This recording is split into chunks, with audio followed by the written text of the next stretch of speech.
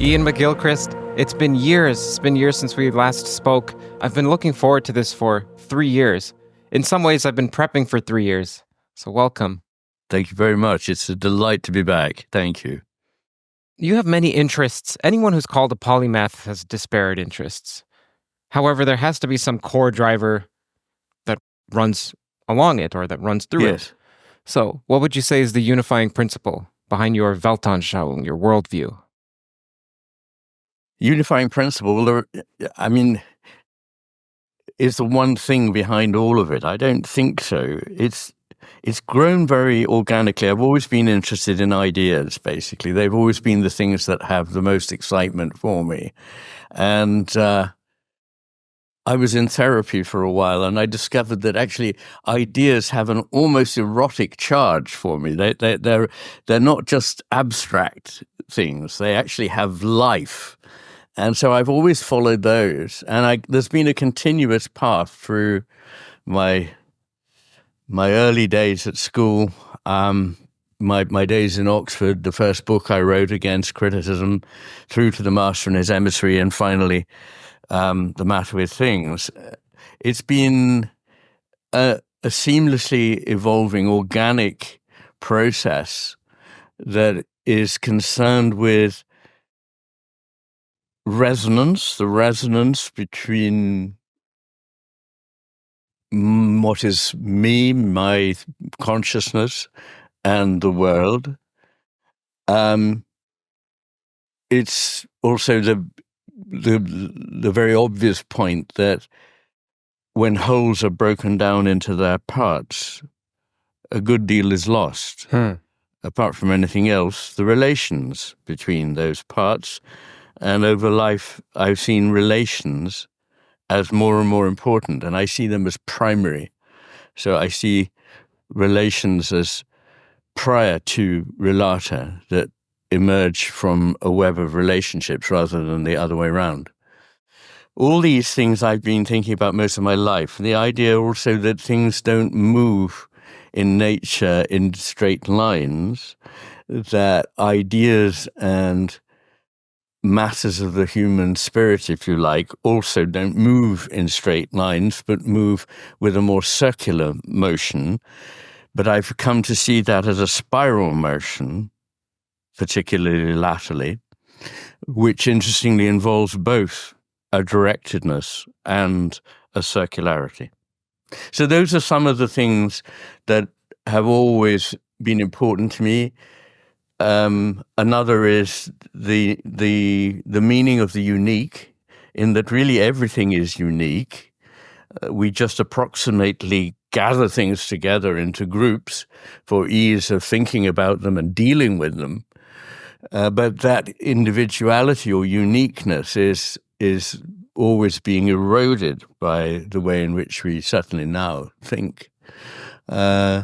The importance of what is implicit over what is explicitly stated, that really all the important things can only be hinted at in language.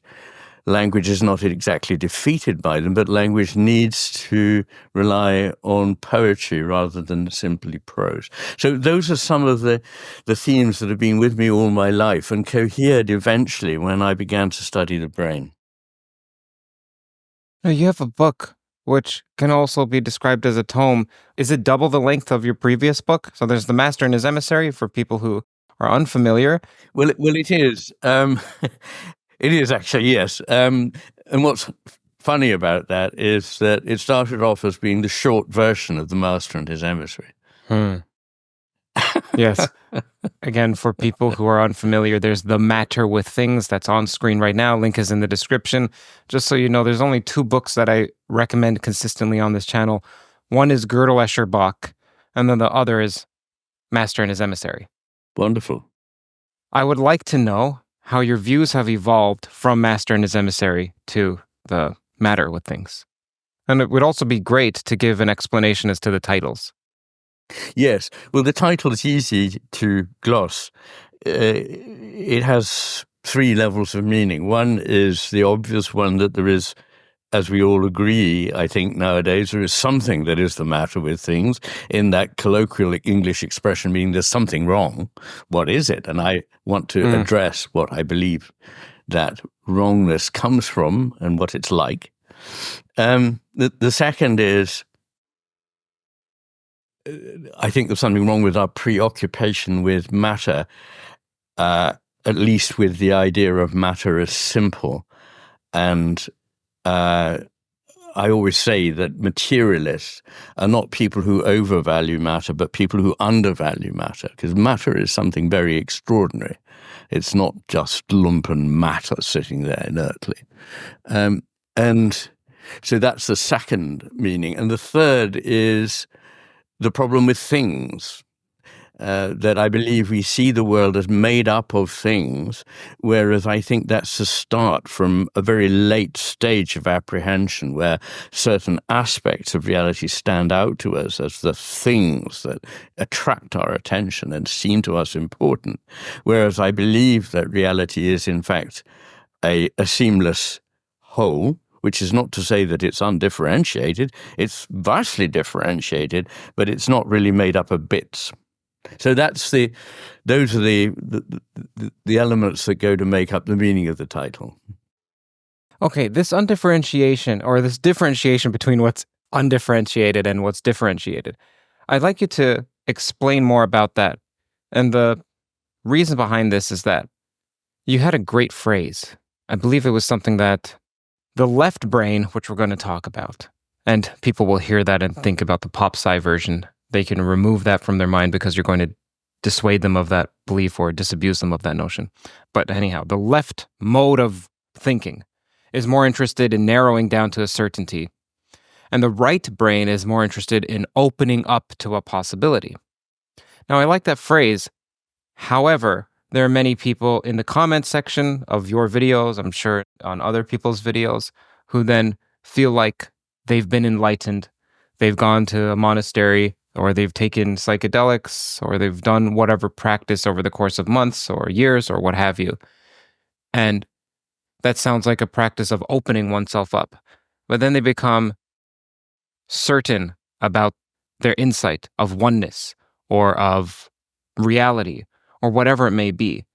And you could see it with their definitive statements.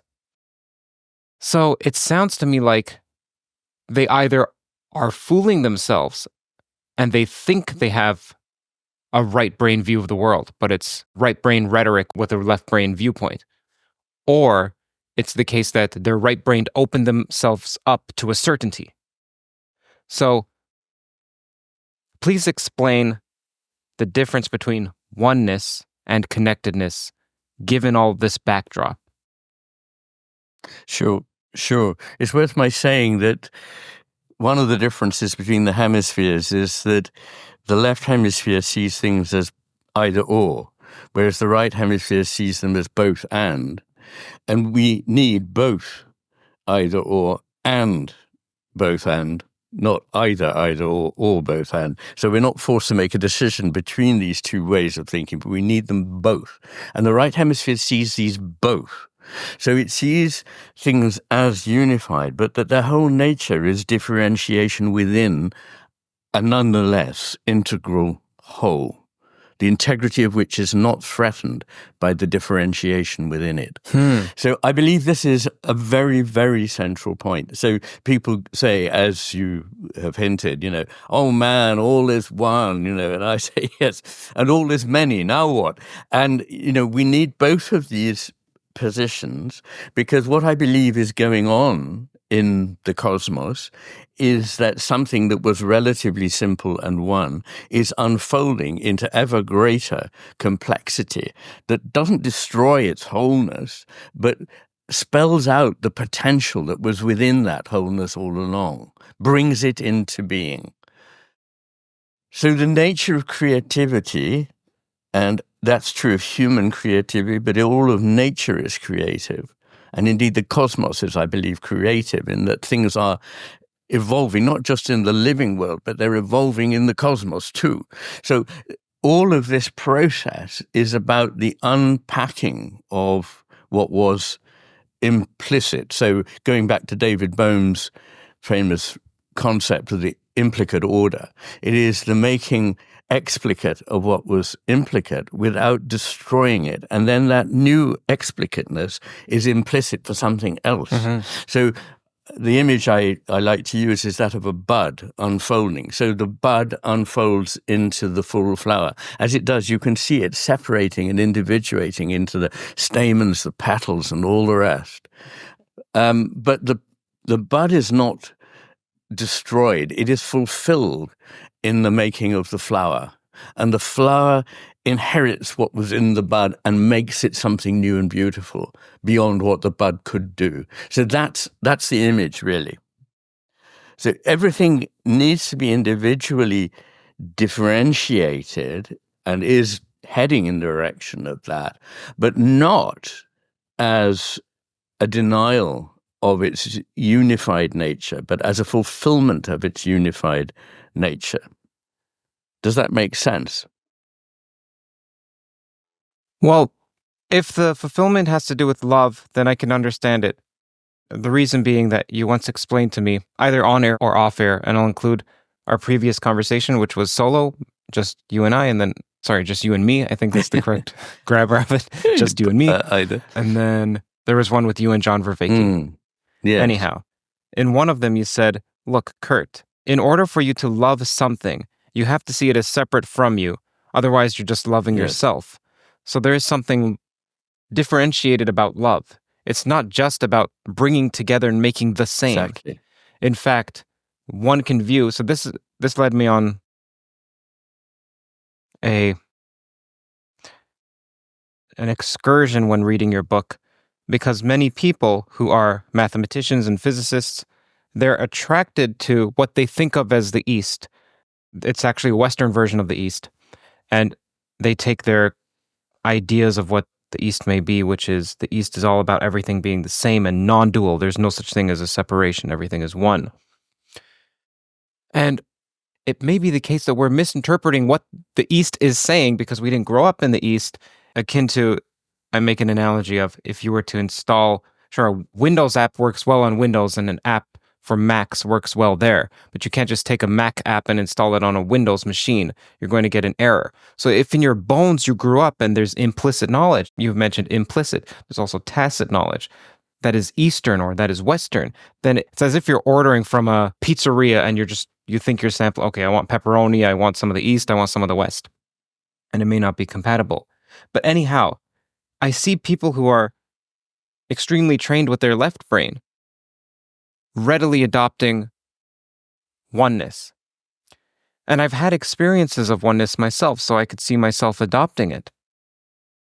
Your book and your thoughts had me consider, these people who proclaim oneness, I wonder, and the ones that I'm speaking about in particular, so their westernized view of the Eastern oneness, I wonder if they think that they're approaching it from the more creative, holistic aspect of the right brain, but it's actually the undifferentiated abstraction of the left brain that they've already strengthened that's allowing them to adopt this and familiarize themselves with it much more quickly. Anyhow, I wanted to know your thoughts on that. I think there's a lot of truth in that. And what gives it away is something you mentioned when you were just beginning this section of the conversation, which is that they become suddenly certain. And I think that when one is certain about these things, one is certainly wrong. I sometimes say there is only one certainty, and that is that anyone who is completely certain is certainly wrong. Because the nature of reality is not simple and clear in this way. As you know, part 3 of The Matter with Things, which is the whole of the second volume, is about ontology. And I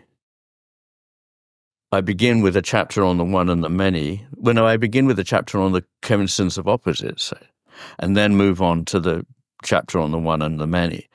And I think this coincidence of opposites and the almost subset of that, which is the coincidence of the one with the many, is very important. And one must hold these things, not irritably say, well, it's got to be one or the other.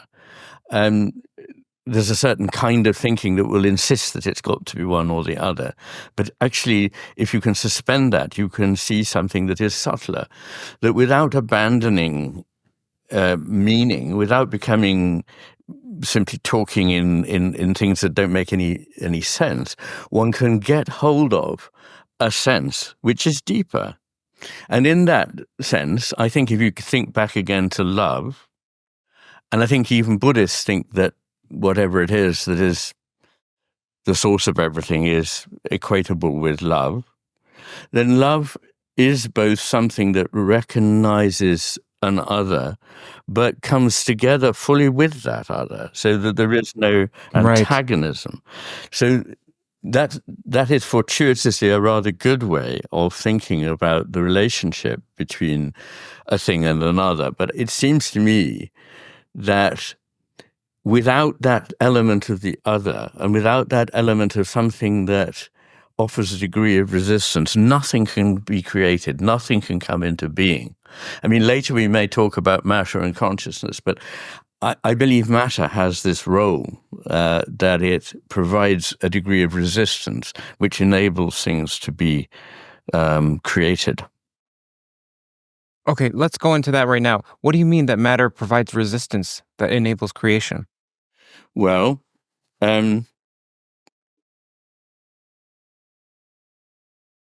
what is this table? Now, some people would say it's just, some people I don't agree with would say that it's just an idea. But I know my ideas have they provide no resistance for me. I can think where I like, I can go where I like in my mind. But I can't put my hand through this table. It offers resistance. So we are bounded and limited by the fact that we are material beings living in a material cosmos, but not only material in the way that that word is normally understood nowadays. I think there is, I mean, I don't want to jump ahead too much, but I think that put out too many ideas that may sound completely unsubstantiated. But believe me, as you know, you've read, I do work out why I say these things. But I think that matter is a phase of consciousness. So it is a phase of consciousness that offers two things: a degree of permanence and a degree of resistance. I've dealt with resistance, that matter provides resistance to our wishes, our desires. It makes only certain things possible. But it also makes certain things endure for at least a while, so that my thoughts disappear almost as soon as I've had them. But the table will be here tomorrow and for many years, provided nothing happens to it. So everything, of course, is transient. But matter offers a degree of permanence, but it also offers this all-important resistance. A way of thinking about this is to take the example of friction. What is friction? Friction is what stops motion, but it's also what starts motion. I can't actually move without friction. I couldn't be able to move at all, to start moving unless there was friction. So elements that we think of as being perhaps restrictive, like offering resistance and even offering solidity and permanence, actually are important and creative and help things come into being rather than get in the way of their coming into being. Otherwise, the universe would simply be a big thought. And there'd be no way of experiencing it because it just was a single thought. Well, that's interesting. We can get to your thoughts on idealism afterward, but I want to see if I can capture what you've said, and you tell me if it's incorrect. So we have two categories of existence, maybe a psychical realm or an imaginative realm, and then there's a material realm. In the imaginative realm, we can traverse it quickly far as well as impermanently, because it just dissolves. It's like a twinkling. In the material realm, there's much more solidity, there's much more resistance, and time seems to go at a standstill. So the more you investigate the material world, you get to something even called laws. These are timeless. These have always been. Now you can have evolution laws of the laws. There's some ways of formulating that. But even that, the evolution law of the law, the meta law, doesn't evolve. So let me know if this is the essence of what you are articulating. Feel free to correct me. I'm not going to be offended. I want to learn. And then number 2, do you think this is why people who are more analytical tend to be, I'm associating the analytical types with the left brain, tend to be of the sort that time is an illusion, time doesn't exist. And the people who are more spiritual, in my experience, tend to be the ones that emphasize the flow or the realness of time? I do argue that, yes, eventually in the book. But analysis means the breaking up of things. I mean, that's what it literally means. Because it's the mode whereby we think we understand something by taking it apart. And it's certainly true that a certain kind of explanation can be arrived at by taking something apart. But as well as seeing what something is by seeing what goes to make it up, it's important to see what it is by what it goes to make. So below it, there are things that are parts of it. Above it, there are things that it is part of. And each of these directions tells us something about that thing. The trouble with analysis is that it almost always inevitably involves the doing away with relationships. So I can take, a machine apart and I can put all the pieces on the floor. And I now know what the parts are that go to make that machine. But in taking it apart, I've lost their relationships because the relationships are only there when the whole machine is constituted. And it's the relationships that are crucial, not only in helping us understand what that machine is and does, but also in helping us understand what those things we call the parts are, because they only become what they are because of the context in which they inhere. Now, I mean, for all my life, and certainly since I was in my late teens, I've thought that context is, roughly speaking, everything. It makes all the difference to anything we're thinking about. And by changing the context, you can change entirely your understanding of what you're looking at, the meaning of what it is, not just words and phrases, which obviously can change vastly, can be reversed by the context, the part of the context being also the person who utters them, the tone of voice in which they're uttered, the facial expressions and body language that go with them and so on, but also what came before and came after, which is why it's so pernicious to reduce discourse to sound bites, because that bite is not anything on its own. So analysis is always going to impoverish what it is looking at. And that doesn't mean we should never analyze. I think it's important to do so. But it should be an intermediary phase that allows us to see how the whole works, now with an enriched understanding of the parts. And you probably heard me say this before, but for the sake of listeners or viewers who haven't, it's like learning a piece of music. So you're initially attracted to the piece of music as a whole. You want to play it, you try to play it. After a while, you realize that if you're going to play it proficiently, you have to take it apart. You have to practice certain bars over and over again. You have to see the harmonics and the progression of them and so on. So you have a theoretical understanding of it. You have a part-wise understanding of it. But if you stop there, you've got nothing. This is only of use if it makes you more able to go back and now play the whole with all that the analysis you've done has added to its meaning. And when you're playing it as a whole, you're no longer thinking about the parts or the analysis or the theory. You're thinking of the thing as a whole. So that is an analogy for our understanding of everything.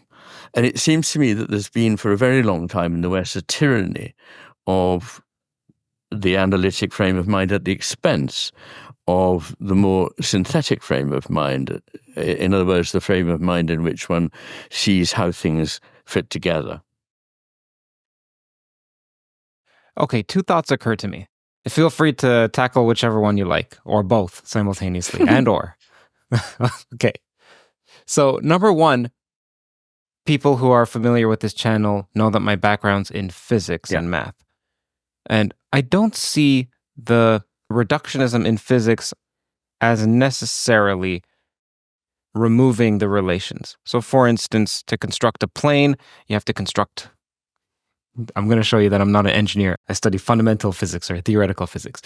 The propellers for the plane, I'm sure they have some special name, and you have to understand its relation to the engine, and inside the engine, and you have to understand the relation between the oil and the certain fuel that goes inside the plane, and the altitudes, and the tip of the plane, and its shape at the back, and then also the economics. So you can't just make the whole plane out of the black box, as some people say. First, they wouldn't fly, but also it may be too expensive for whatever reason. So many constraints come into mind. So I don't see the reductionism of the analytical mind as removing the relations. We can tackle that, but I just want to make clear my second thought. Let me know what you think of that. Well, what I would say about that is that is an instance of where knowledge has been acquired about the parts, but is seen by the expert in the whole. So the person who is really a skilled engineer understands the whole of the engine and has learnt a lot of part-wise information on the way to understanding it. That's absolutely fine. But it is that third phase in which things are reintegrated now with a better knowledge of their parts.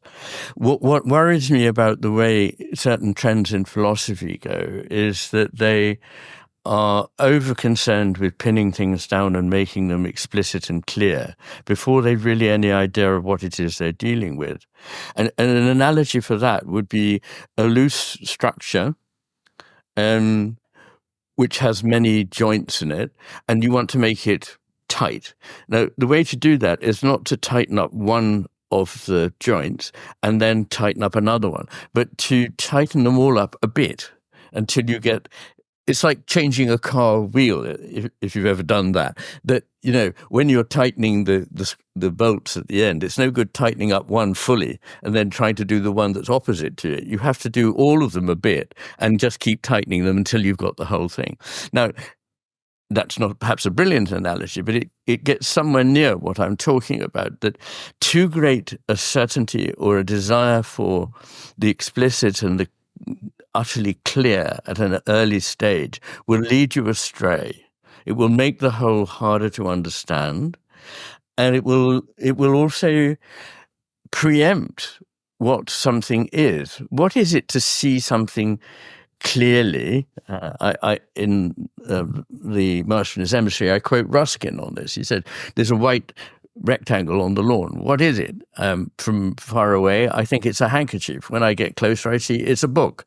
When I get closer to the book, I see it's made of paper that has ridges. When I put a microscope on the ridges, I can see that they've got all kinds of filaments and so on. When am I seeing it clearly?" And the answer is you're only seeing it clearly when you see it as whatever it is you want to describe it as. If you want to see one level of what it is you're looking at, then to see that clearly would need the microscope. But to see a book clearly, you have to put away the microscope. It depends what it is you're getting at. Now, if you tighten things up when you're trying to analyze a hugely complex human experience of some kind, like what do we mean by the good or the true or the beautiful? If you try to tighten things up and make them too explicit early on, you'll lose the possibility that comes from things adjusting in the presence of one another and becoming more fully parts of the whole that is actually the thing you want to understand. Okay, this is great. So the whole WHOLE, what is it? So for instance, you gave the example of music, and you have different melodies and different instruments and different durations and so on. And if you want to repeat the song, then you have to think of the song as a whole and not just as individual notes on a keyboard, nor just the keyboard, because there may be other instruments. But then you could also enlarge in the context to say, well, I also have to think about when can I practice? Where is that going to fit into my schedule? You can also enlarge that and say, well, how is this going to make money socially or economically? And I don't even want to say that those are enlargements. Those are actually differences. Those are different frames. So when we say we need to take in the context, there's so many contexts. There may be more context than there are things. So what is this whole that one needs to take into account? It seems like you'd just be paralyzed if you were to try and take into account the context, because the context is synonymous with the universe. Ultimately, it is, exactly. The context is nothing less than everything else. Yes. But for practical purposes, we realize that an immediate context is more influential on what is going on in front of us than something that is comparatively removed. So, I don't mean just geographically or spatially. I mean that they're more remote kinds of influences.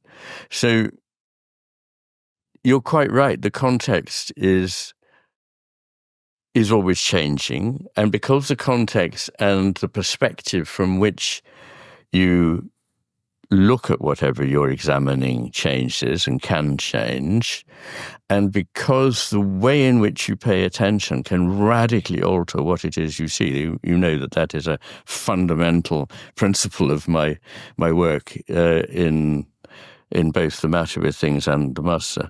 Right. We're going to get to that. So because of all these things, there is no one way of seeing what something is.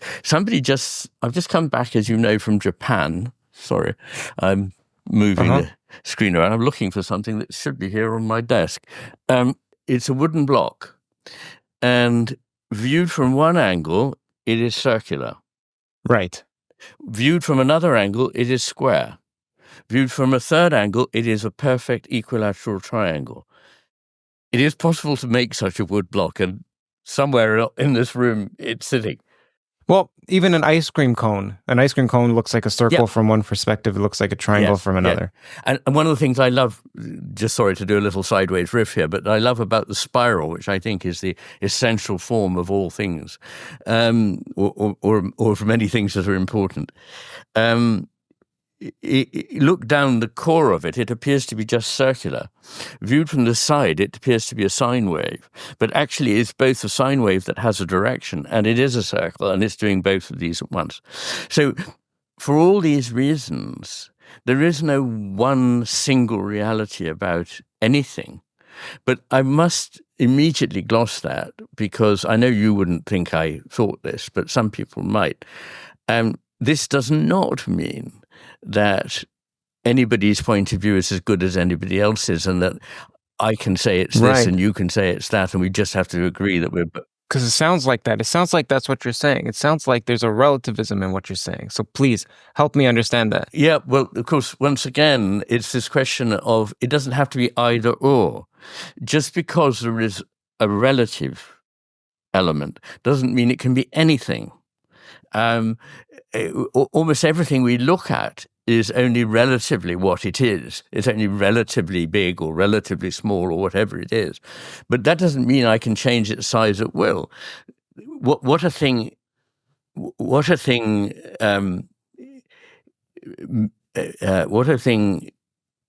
can be seen as is not just anything. So, for example, this block of wood cannot be seen as a spiral, however you turn it round.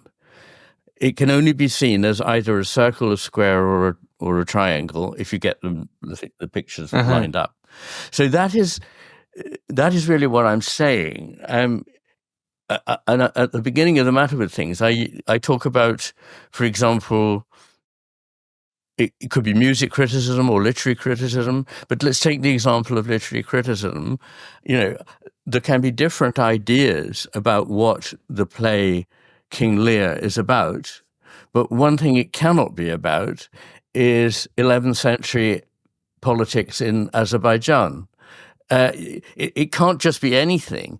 there's a rather limited number of things that it can be taken to be meaning, unless you're an idiot. So we don't want to go into idiot territory where, oh, well, it could be this, it could be that. That is postmodernism. It's one of the most destructive things. Incidentally, I think that's happened in academic life, is that too many areas of the humanities have given up on the idea of there being truth. Just because there isn't one single truth doesn't mean to say there aren't things that are truer than other things. Is there not a single truth? Because even in the uttering of the sentence, there's not a single truth, it seems to make reference to some higher truth that suggests that the lower truths are not the only ones. Well, that might be like the thing that's often said that if I say a unicorn doesn't exist, then have I not somehow contradicted myself? Because by mentioning the unicorn, I say that it does exist. But I mean, really, all one needs to do there is be more careful about what one means by the words "does exist." So, I mean, it's perfectly possible to distinguish between the fact that there are no examples of unicorns that have ever been experienced in the external world, but it is an imaginary construct, and that's fine.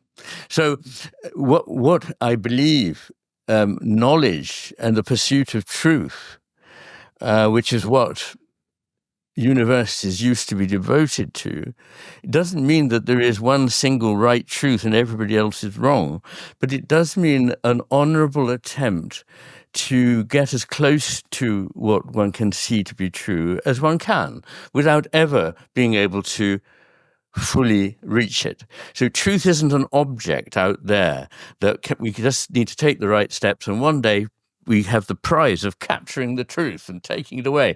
That's thing thinking. It's left hemisphere thinking. And what it is a process. So truth is an unconcealing of something. We get better and better at unconcealing it, displaying it, rather as a work of sculpture comes into being. So when Michelangelo made his David, he didn't make an arm and a leg and all the rest. He started with a block of stone, and for several years, all he did was throw stone away. And by throwing stone away, he produced the reality that we call his statue of David. So what I'm getting at here is that, no, there isn't one single truth. And when you start having the idea that there is one single truth, you reach tyranny. You reach a situation where anyone who disagrees with this particular proposition is to be no platform, perhaps imprisoned or burnt at the stake, their books destroyed, and so on. And we're getting seriously close to that in the modern world.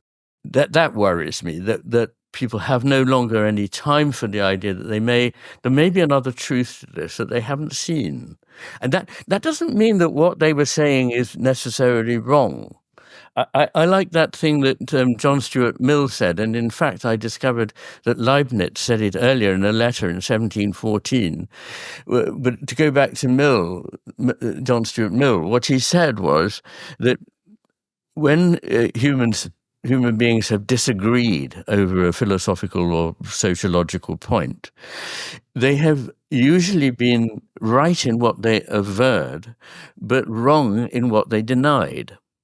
In other words, it's this thing that if I believe this, then I can't believe any of those other things. But good heavens, a little experience of life tells one that things are not like that. They're not mutually exclusive. Very often it means embracing a number of points of view. So in my work, I argue for a reinterpretation of the idea of objectivity, not getting rid of the idea, because I think it's an important and valuable idea and an honest and honorable thing for any seeker after truth to hold to. It's not that there is a viewpoint that is a nobody's viewpoint, the view from nowhere, as it is sometimes understood.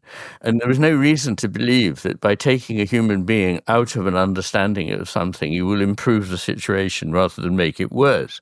What one needs is to be able to take in a number of different aspects to what it is one's seeing and give them due voice where it is appropriate. And this way, you build up a much more sophisticated three-dimensional image of what it is you're looking at, rather than a dogmatic black and white, simplistic two-dimensional construct. So objectivity still lives. It just lives in a different way from the way that many people have hitherto understood it. Interesting. So there's a quote that I found that's informed me in my adult life, created me in a sense. It is that only the shallowists of mind believe that in great controversy, one side is mere folly. So that's Arthur Kane, I believe. Yep. It sounds like what you're saying is echoing that. Now, something that I think about, I'm a contrarian at heart. Good. So I like to think, I'm so contrarian that I like to look at what do people who consider themselves to be contrarian think, and I'm counter even that. And what people who believe themselves to be speaking, well, forgive me as I fall over my words. I've had 7 days of lack of sleep. Like it's extreme. Right. I'm sorry about the lack of sleep, but you don't show it at all. And great. I've got jet lag and a 23-hour plane journey behind me. So okay, well, all right. So we even out. We even out. Wonderful. I find my words are not coming today in the way that I would have liked them to, but there we are. Beautiful. Okay, balance me. That's wonderful. So something I think about is many people who think of themselves as iconoclasts would say, down with dogma.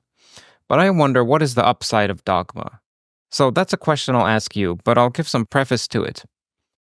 Look, here's something one can do, and I want to talk to you about prayer later. Let's take a scenario where someone's praying, and they conceptualize Yahweh or Jehovah or God or whatever it may be. They conceptualize it, and they're praying to it intentionally. And then all of a sudden they learn from theories of everything or your books that maybe there's a multiverse, or that's what some people think. There are many worlds. Okay, then they think, oh no, was I just praying to the God of this universe? And is that just, have I been praying to a pagan deity? And I'm not praying to the ultimate God? Shoot, what the heck have I been doing? Because that's not what I want to do. But then you think, okay, well, sometimes when you pray, there is a way of praying where you just say words that you don't actually understand. It's ritualized. So one of them is something that I say is to the glory of the Most High. I don't know what I mean when I say that, but that comes from Bach. And Wittgenstein used to say this as well, to the glory of the Most High. Now imagine if what you were doing when you were praying is you ended it with Amen or to the glory of the Most High, Amen, or something akin to that. Even though you didn't implicitly understand it, nor explicitly understand it, you said the dogma, and that hedged you against praying to a lower deity in this case, because you're saying something you don't understand, which is to the glory of the Most High. That made me realize maybe I think of the world as there's implicit and there's explicit. Maybe there's a third element, and it's dogma or ritual. There also may be a fourth. But anyhow, that's the preface for the question of what is the upside of dogma? Well, first of all, I'd make a big distinction between ritual and dogma. So dogma is conceptual, and rituals are embodied. Even if they're only verbal rituals, they emanate from our embodied being. They're not concepts. Whereas the problem with dogma is that it is conceptual, and when it's held with a fixity that is inappropriate, and when one comes to the nature of God, any fixity is problematic. I think there is no upside to that dogma. It encourages people to feel that they've grasped something that they'd be better off feeling that they hadn't fully grasped, because that leaves it open for there to be things beyond what we can imagine or conceive. And whatever God is, it is something that it's very unlikely that our normal ways of being and talking about things will encompass. It can call to us, we can have intuitions of it, but they're unlikely to be amenable to dogmatic expression. So I don't think there is an upside to dogma. And I think the problem with the person thinking, oh God, I've been praying, have I been praying to the wrong God, is in a way, it's touching, but it's crazy, isn't it? Because we don't know who the God is anyway that we pray to. So in order to make that problem a problem, you'd have to have in your mind already, there is a certain God that I should be praying to, and there's another God that I might be praying to, and that's just a verbal fiction. There is no evidence whatever of there being another universe, not even one, never mind many of them. And so if you start thinking like that and inventing all kinds of things that are other than the ones that you know, this will just lead to the sort of distress that you sort of evoke for this person. So no, I don't think dogma is at all what we want. I mean, those who really were in the best position to know, the really wise, such as the Buddha, such as Christ, St. Paul, Montaigne, they ended up with not certainties, but just expressing something in their lives or in what they wrote that spoke to us, not in a dogmatic way about this is what it is, and you shouldn't depart from it. So I think wisdom leads to seeing the importance of not knowing. And, this is something as you know, and many people will know, is very important in Chinese philosophy and in Zen, which is really just a version of Chan, a Japanese version of Chinese Chan tradition. But in those traditions, one's conceptual mind is deliberately disconcerted. The whole purpose of Zen is to put you off guard so that you no longer cover the world over with your ready-made concept, but actually are suddenly exposed to something that may just be able to get through and speak to you. In this, it reminds me of Shelley's wonderful lines about the imagination, that it can take from reality the cloak of familiarity which has fallen over it and disguised it and prevented us from seeing the wonder of our being. And so imagination enables us to remove that cloak of familiarity. And I think that's a very important part of art. And by art, I mean music and poetry as well as the visual arts, but also of religion, that much of the purpose of religion is to get one to a place beyond knowing.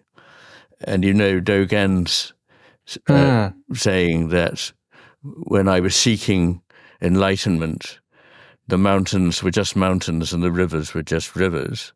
When I reached enlightenment, the mountains were no longer mountains and the rivers were, or when I thought I was on the journey, I've got this wrong.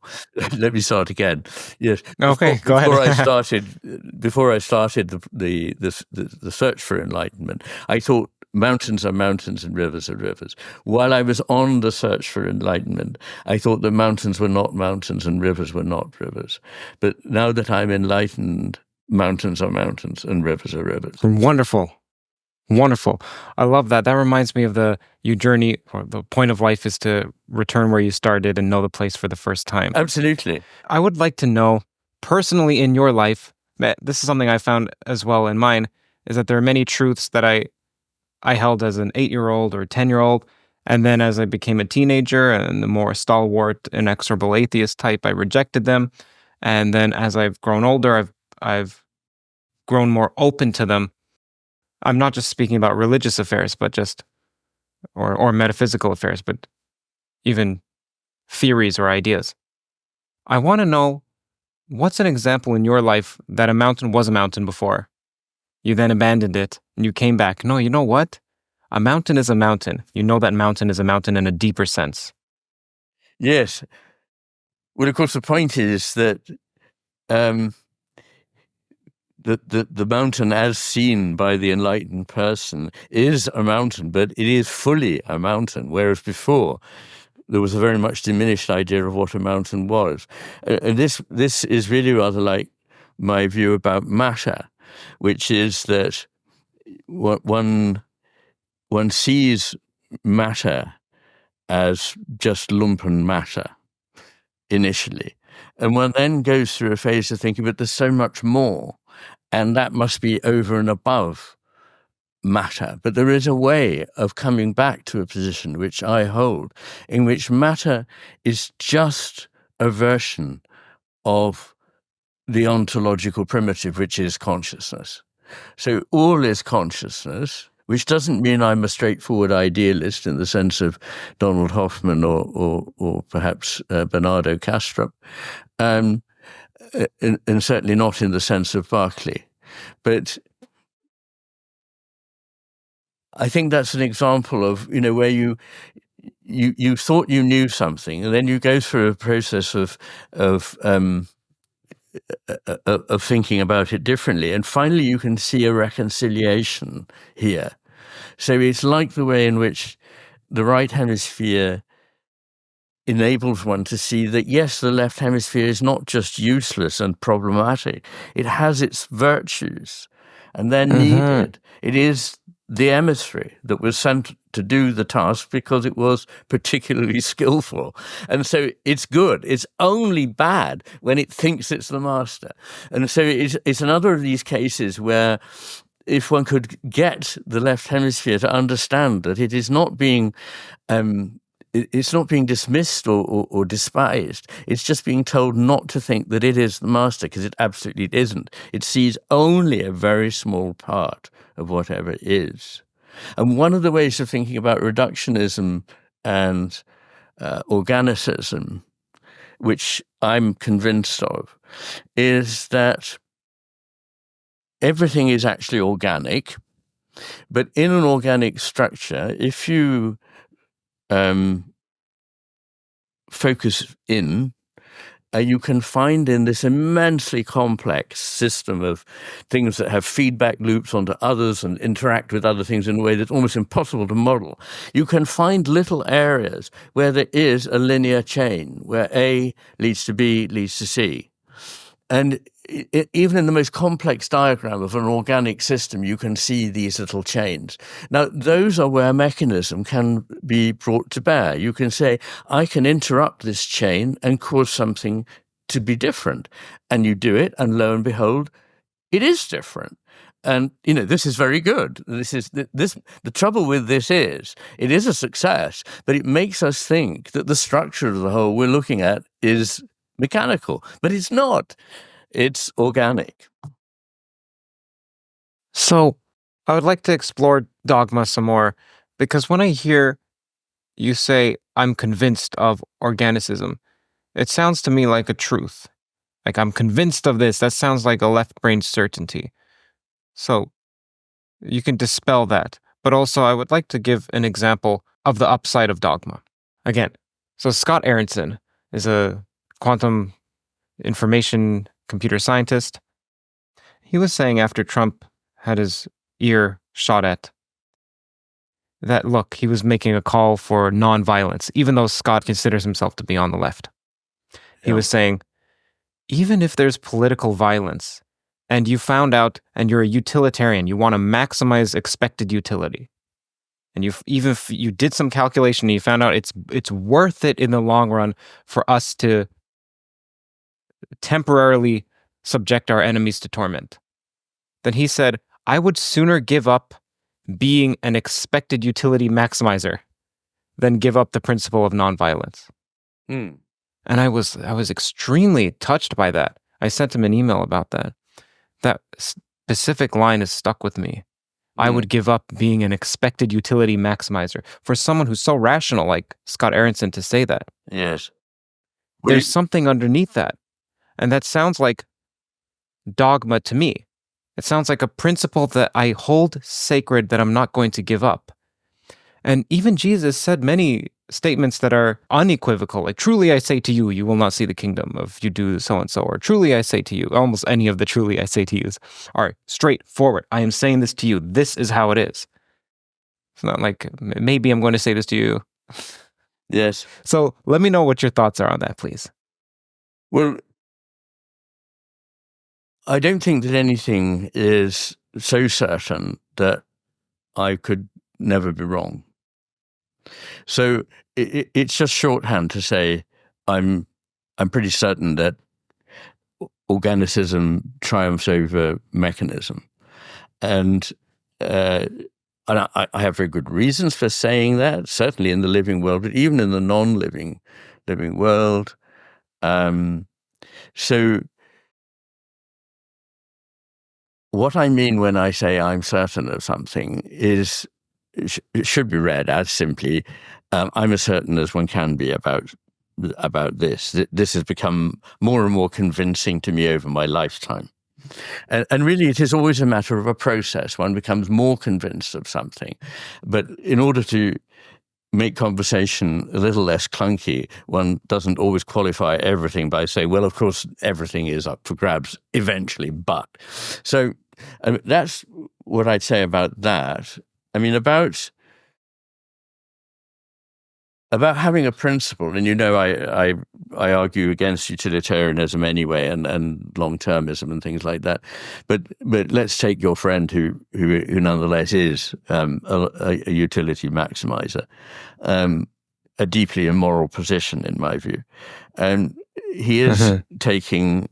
It sounds to me like a dogmatic view that this can never be tempered.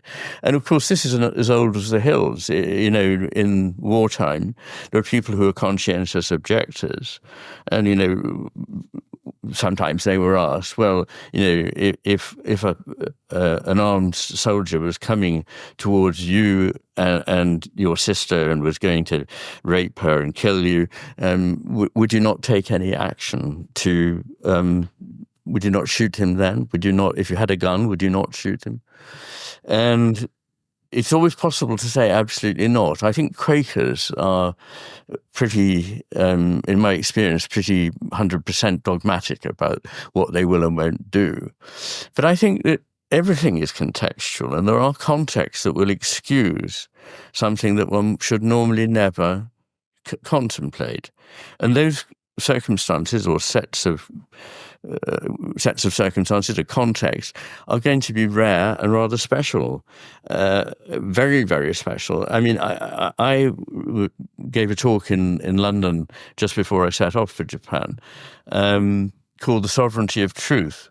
And in talking about truth, which I think is enormously important and very much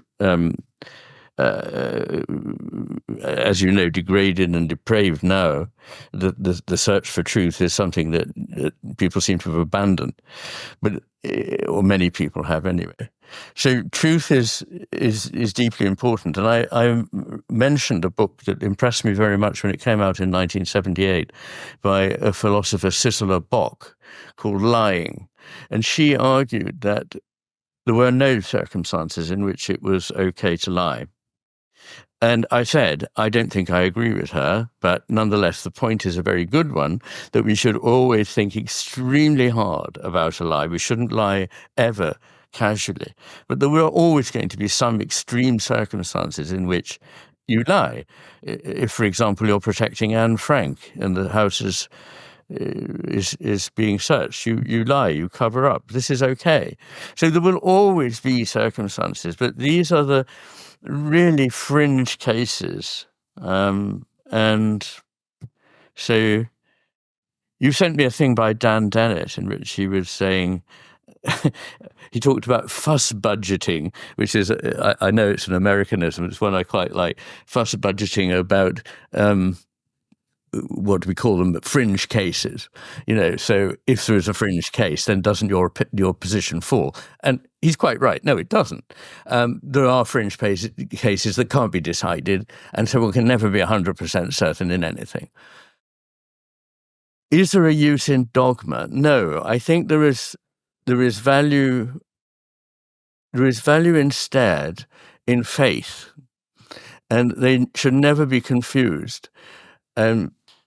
One thing you talked about earlier made me think of the important distinction between propositions and dispositions.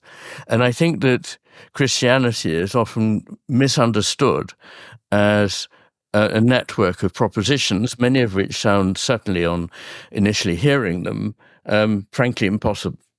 Interesting. But I don't think it is a matter of propositions. I think it's a matter of a disposition to believe, in which you try out what it is like to have faith in a mythos, to have faith in Christ, if you want to find out the value of Christianity. It's no good trying to swim by sitting on the bank reading a book about swimming. You have to actually get in the water. And that is a kind of commitment which is not a dogmatic commitment, but is nonetheless a serious act of commitment. So I would make a difference between commitment of disposition and the dogma of propositions.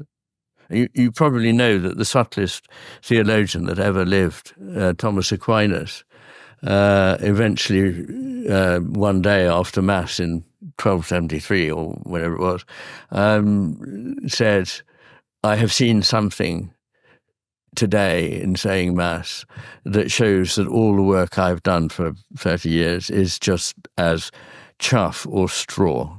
And from that day on, he never wrote another word. So he was non-dogmatic, although he was the most complex systematizer of theology that has ever lived, at least in Christian theology at any rate. Yeah, Wittgenstein did something similar where he says, what I've done with all this philosophical work is to construct a ladder, and I'm going to kick it away because language doesn't capture the essence of what I'm speaking about, and what we can't speak about, one should pass over. Exactly. So this is a great point to talk about language. Most people think of language as associated with the left brain, and it's just low-resolution communication. I sent you an article that I wrote about that. And then there's another view of language, that language, this is Chris Langan's view, language is synonymous with the universe. It's not just communication. Language is embedded in consciousness. Consciousness can be thought of as not only language, but the processing of language. It just depends on what one's definition of language is, similar to how someone could say machines will never be conscious, but then if you expand machine to be any working of the material, well, what do we know about material? Like you mentioned, we have an impoverished view, so material has some element of consciousness to it, or maybe anything that's a Turing machine is a machine or a computer. So it just depends on what one's definition of language or machine is. Now let's speak about language. What is your view of language?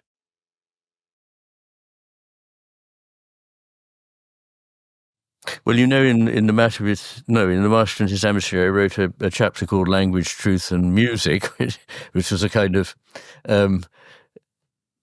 bye-blow to A.J. Ayer, Freddie Ayer, who wrote a book called Language, Truth and Logic, which was very popular when I was at university.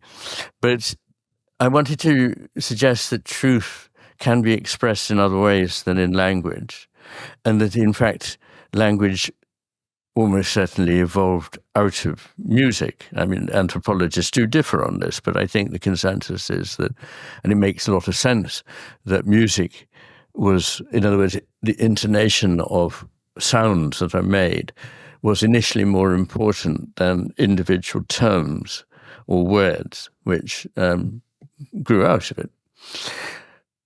So the first thing is that language is differently understood by the two hemispheres. I mean, one of my essential points is that there is nothing that is only done by one hemisphere. Everything is done by both, but just in quite different ways, with a different kind of attention and a different approach. So language exists for both of them. And what's interesting is that actually the meaning of an utterance is better understood by the right hemisphere than the left. Although the left is more precise at using semantics and syntax. And this is a parallel with the left hemisphere's much greater facility at carrying out rote procedure with numbers. So it's much better at doing multiplication, division, and all that kind of thing. But it doesn't have a very good idea of what it is doing at the end of this and whether what it's come up with is likely to be right. The right hemisphere has a better idea of what is going on overall. So it's back to the image of the right knowing and sending an emissary to do the dirty work of the nitty-gritty bits, but to stick to that and not try and become the master. So language has different aspects to it. And the right hemisphere has semantics and syntax, but not as sophisticated as the left. But it also has other things that the left doesn't. It has prosody, which is the meaning of the intonation of an utterance, which makes all the difference. I mean, for example, if I say yes, or I say yes, or yes, or I sometimes think of making a tape of like 500 ways of saying the word yes, but all mean different things. So intonation is really crucial for understanding an utterance. And it has, more importantly, I think, pragmatics, which is what does this really mean in terms of the experiential world? So I usually give the example of somebody says, it's hot in here today, and they don't mean to supply me with meteorological information, which I already know about. What they mean is, would you open a window? And so the right hemisphere understands where the person is heading with what they're saying, whereas the left hemisphere is stuck with the literal. And that means also that the right hemisphere is much better at understanding metaphor. And metaphors are crucially important in language. Indeed, all language is metaphorical in its nature. I'm a follower of Lakoff and Johnson's belief that language is essentially metaphorical. And this is particularly true of science and philosophy. Their language is almost entirely based on metaphors, because new words have to be made, and we draw on experience and we come up with a word which is concrete in its meaning. So even the word abstract comes from dragging something away from basically its context, and immaterial traces it back to matter meaning wood, that is the basic substance out of which everything comes. So these words are, even the most abstract words are in fact drawn from embodied experience. So language is narrowed down when we try to make things too explicit.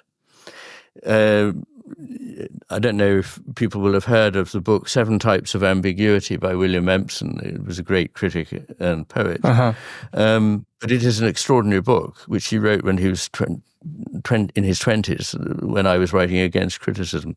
I mean, not when I was, but at that point in his life. And really what he is pointing out is how poetry is able to convey so powerfully so many things that simple prose can't, because of the ambiguities that it is able to capture. And so it is sparking off many different layers of meaning at the same time. Now, that might sound to the very left hemisphere analytical mind as though, well, that's confusing, that's just going to get in the way of the truth. But what if the truth is, in fact, multiple, complex, and needs things to be held in the mind together, even if to our everyday mind they seem to be contrary to one another? As Bohr said, the bigger the deeper the truth, the more it is going to be contrarian in its nature. So what if someone says, this sounds like a way of always evading being wrong? Because if you say something and then it turns out to be incorrect, you can always just retort back, well, it's incorrect, but it's also correct because there's contradictory elements to reality, and so you just have to view it from that point of view. No. So, for example, I'm completely clear that there is only one right question to answer to the question, did you have milk in your coffee this morning? I mean, either I did or I didn't. There's no two ways about it. And if I say I didn't when I did, that is just wrong. And so I'm very happy to be often wrong. But not everything is a matter of fact of that nature.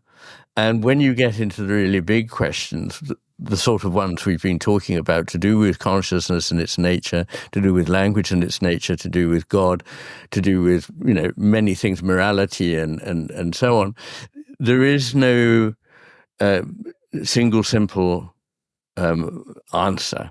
If there was, humanity would have discovered it a long time ago. Because these things have been discussed since time immemorial, and people go around in circles. So what that says to me is that the wise person does not feel in a position to pronounce dogmatically on them. So in answer to your question, is there any value in dogma?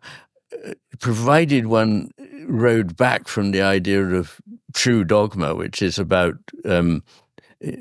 propositions in belief. But if one rode back and said, well, I'm dogmatic that I had milk in my coffee this morning, well, I wouldn't disagree with that. But I wouldn't call that dogma at all.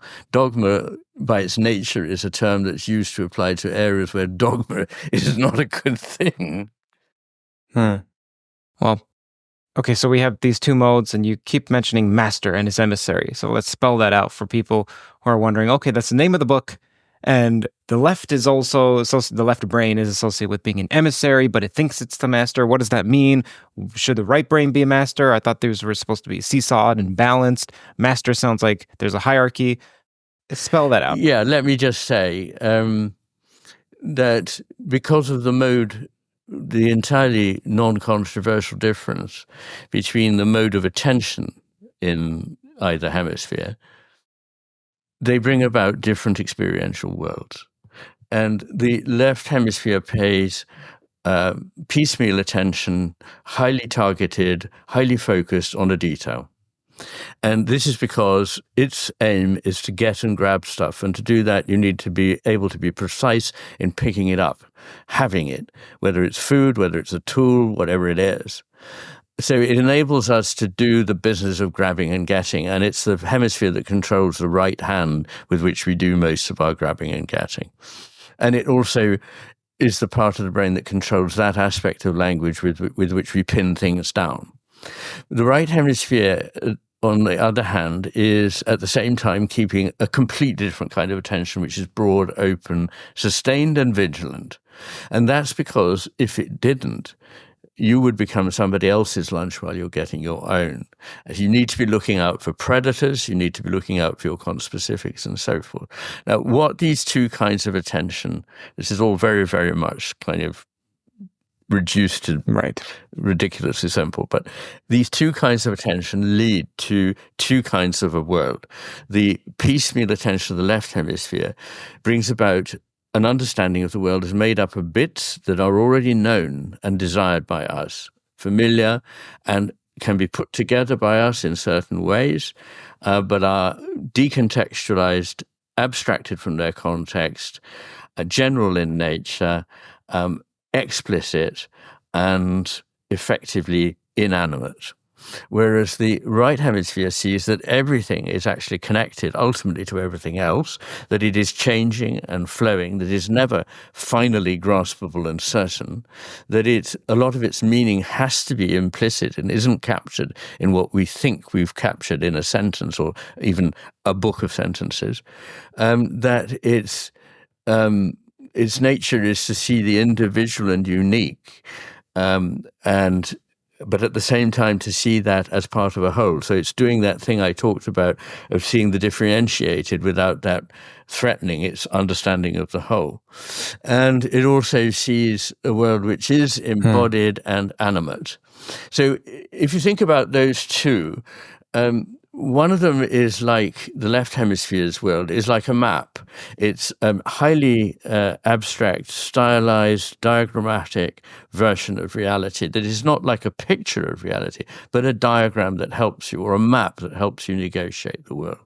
It's purely for utility, and it wouldn't get better if it had more detail in it. A map would be totally useless if it had loads of information in it. It just has to stick to the things you need to know. Whereas the right hemisphere is seeing everything else. So it's seeing the full experiential picture of life in all its depth, with all its moral and aesthetic and other modes of being. So clearly, if we live in the map, we live in a very jejune, a very simplified, skeletal, inanimate kind of a version of the world. If we move to living in the world described by the right hemisphere, then the world becomes alive. It's complex, but then life is complex. The world is complex. It's experienced as complex, and we know it's complex from everything in science and art and in spirituality, that it is not simple and straightforward. So that's fine.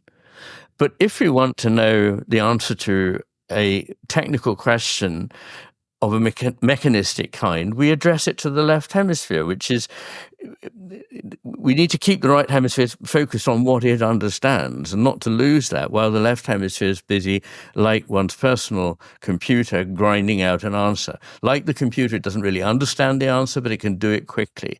And so it's useful. There's nothing wrong with it. It's actually vital. That's why it was appointed, as it were, by the master to be the emissary. And I mean that also in the sense that what the left hemisphere has become has been much to do with our being the animal that uses tools and the animal that has language, so that it is more differentiated from the right hemisphere than in other animals, although this process begins a long way down. Have you found that there's always intention embedded in attention? That's a very good question. I think there is in humans, yes.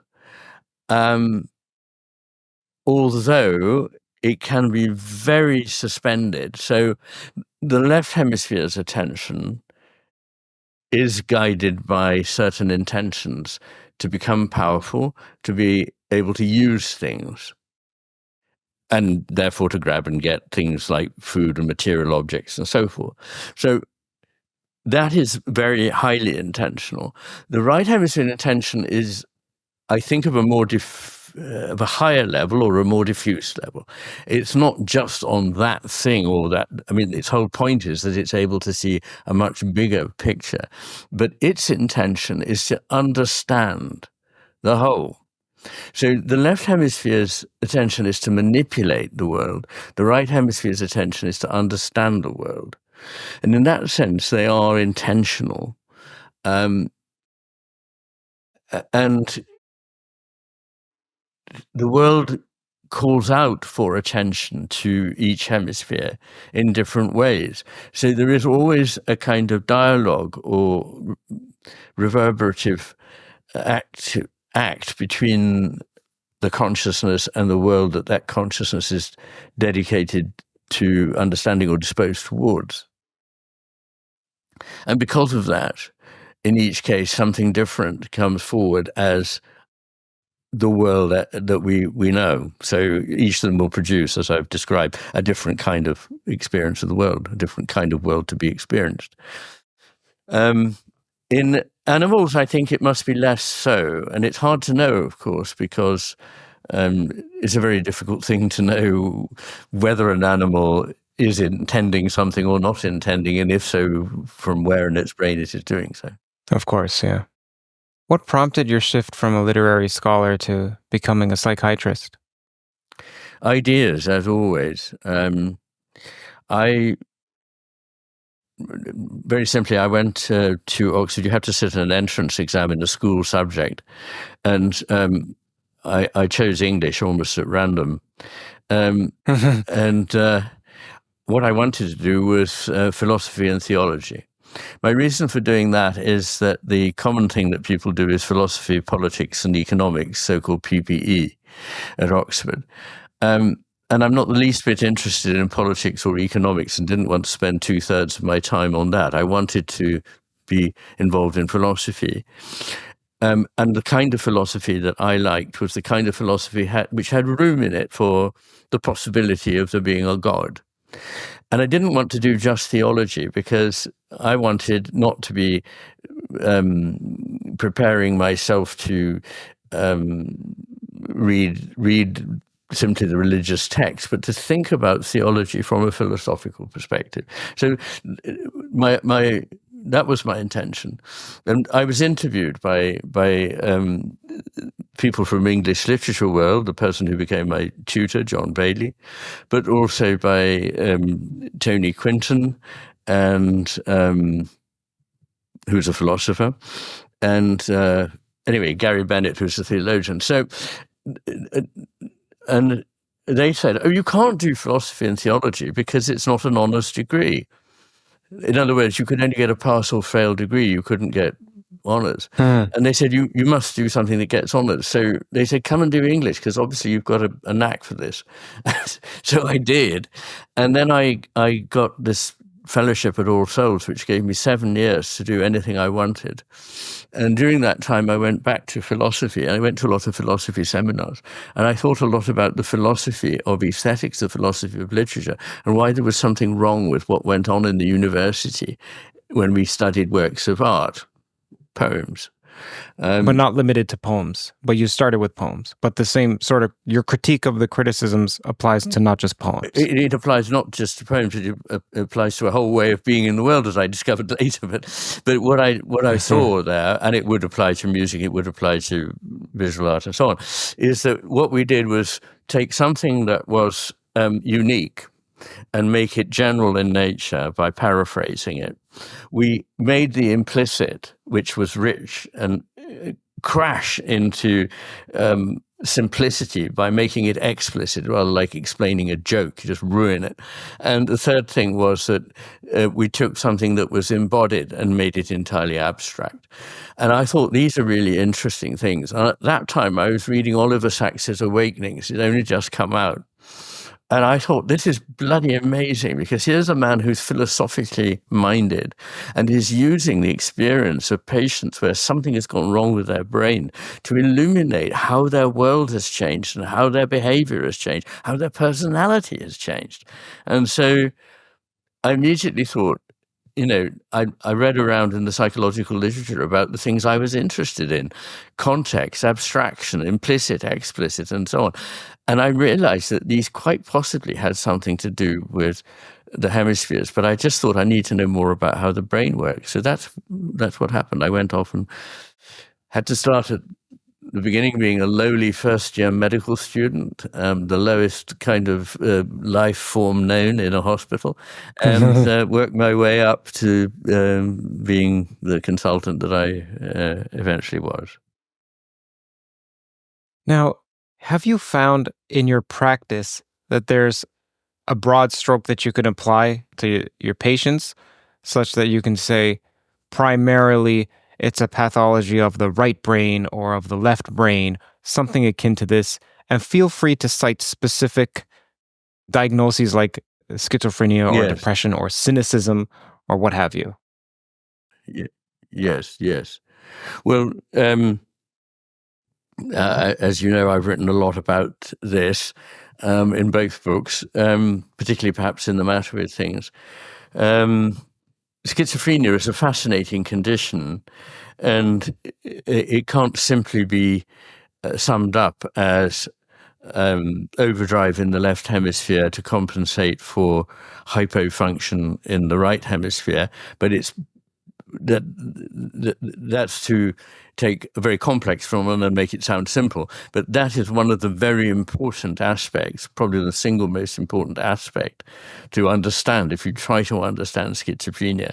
It's as though somebody's left hemisphere was ramped up to the maximum and was trying to do all the understanding of the world that normally the right hemisphere would be supplying, and is not supplying for them. So they take things that should be understood as metaphorical or whatever literally. They try to solve things by taking them apart to see if they can understand what they are. They have strange beliefs which are entirely rational. If you have lost any kind of sense of the context of the world as experienced. So, for example, they're sitting in a room and they hear a voice speak to them. Now, you or I would look around and think, that's very odd. It must be my imagination. It must be my mind that's doing this. But they think, but it's very clear, this voice, it must be somebody, and I can't see them. So they must be speaking through something that gets into this room. What are they speaking through? Oh, that plug, that socket on the wall over there. That's the only way they could be getting in. So it must be people who've taken over the electronics. Who would that be? My neighbors. It must be my neighbors. So they build up an idea that the neighbors are speaking to them through appliances and so forth in a very sort of technical and entirely rationalistic way, but it is totally unreasonable. I mean, there's all the difference in the world between being rationalistic in a mechanical sense and being reasonable. In fact, they're almost opposites. Being reasonable means not doing that, but allowing one's rational mind to operate with all the things that one knows from experience and from intuition. So it's what a wise judge would have. Not that he's lost the ability to follow an argument, but he's able to take in more than just dogma, if you like. Yeah. Yes. Yeah, that confusing of the internal with the external, that reminds me of some people. There's a phrase nowadays, maybe you're familiar with it, when they have some insight or creative spur that seemed to come out of nowhere, which before we used to characterize as a eureka moment, or just something occurred while you slept and your brain reorganized itself, what have you. Rather than them saying, oh, I solved this problem, they say, I've downloaded. It's been a download. Absolutely. And I mean, that is very much interesting that people with schizophrenia tend to talk about their brain as a mechanism. They say there's something wrong with my brain. It's just a simple point. But people who have depression tend to say there's something wrong with my mind. And people with schizophrenia have this technical way of thinking. I did some research when I was at the Maudsley on the subject studied by people who had psychotic breakdowns while at university and were referred to the Maudsley Hospital because it's a tertiary referral center for these sort of things. And what I found was that people who became schizophrenic were overwhelmingly studying either engineering or analytical philosophy, which is interesting because Dan Dennett said, if I hadn't been a philosopher, I'd have been an engineer. And I remember he was asked by some journalist, do you think we have a soul? He said, of course I do. And it's made up of lots of tiny little robots. So there you have a kind of psychopathology, which leads people to easily fit into the reductionist, materialist, Anglo-American analytic way of looking at the world alone. So but the people who had psychotic illnesses of an affective nature, so what used to be called manic depression or is now called bipolar disorder, they were almost all studying things like history, literature, music, and so forth. So, and those are things that one would imagine the right hemisphere would be much better at understanding, and the engineering and the philosophy things that the left hemisphere would be much better at understanding. So the reason why I recommend your book, there's only 2 books that I mentioned, it's Gödel Escher and Master and His Emissary, is because, well, I will tread on this delicately. Let me think about how to say this. I've had many excursions with elixirs, Let's say it like that. It's okay. And pharmacological peregrinations. Let's say that. Okay. Okay, I love it. And many are absolutely pleasant, more than that, and many have experiences of the right brain sort that you mentioned before in the positive sense, imbuing the world with meaning and so on. And I'm not just speaking about pharmacological interventions. I'm also just saying meditative practices and so on. But there were a couple times where I've had terrible experiences, and I won't speak about them in detail. I can talk to you about them off air, but it's beside the point. I had something that was akin to a psychotic break, and I had to go to the hospital. I called myself into the hospital just because I was worried. What may I do? Yes. I don't know. I didn't feel like I was in control. Yes. And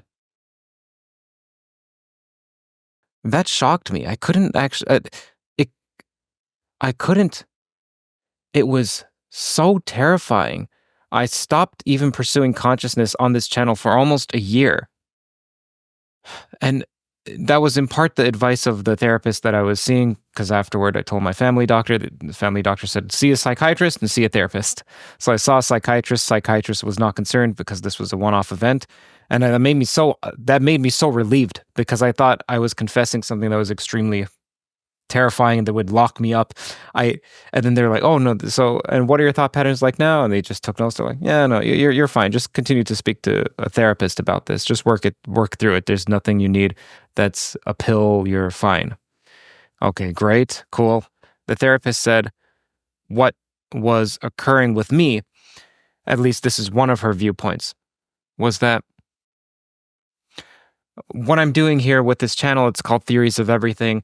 And every week, sometimes bi-weekly, twice a week, I interview someone on, oh, here's how reality works. And it's completely different than the last person. And I am right-brained in the sense that I'm extremely open, almost too open.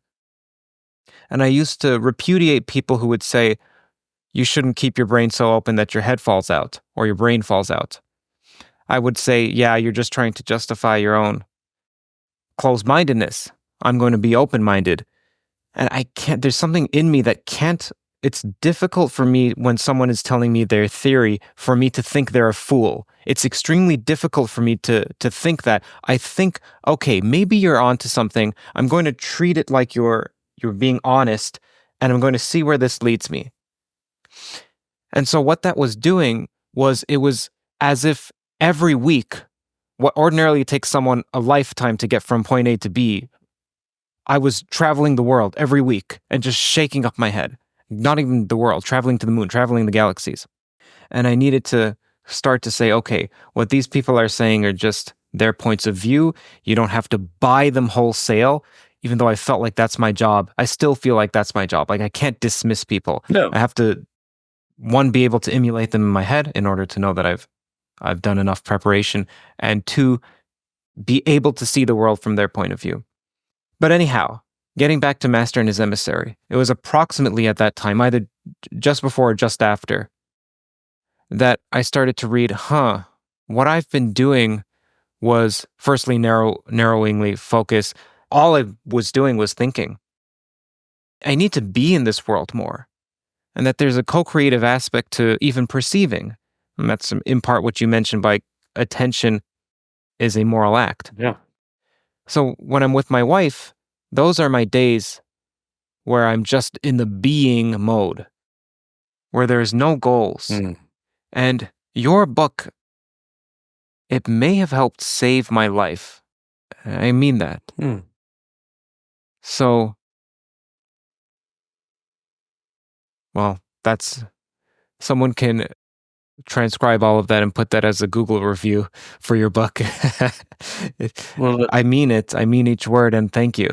Well, that's lovely to hear. It means a lot to me. Thank you.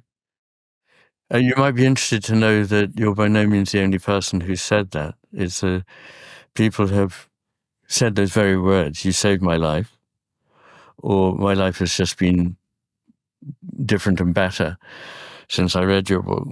And I never thought that I was doing something that would have that kind of impact, but apparently it does. So this is this is good. And I think it's because people recognize at an intuitive level what I'm saying at a more technical, well, not terribly technical, but at a more scientific and philosophical level. They recognize that it's right. And one of the things people often say is, I kind of knew a lot of this stuff, but I didn't know how to begin to express it or to talk about it. So that wouldn't be you, but I'm glad that it had a good effect in that way. I'm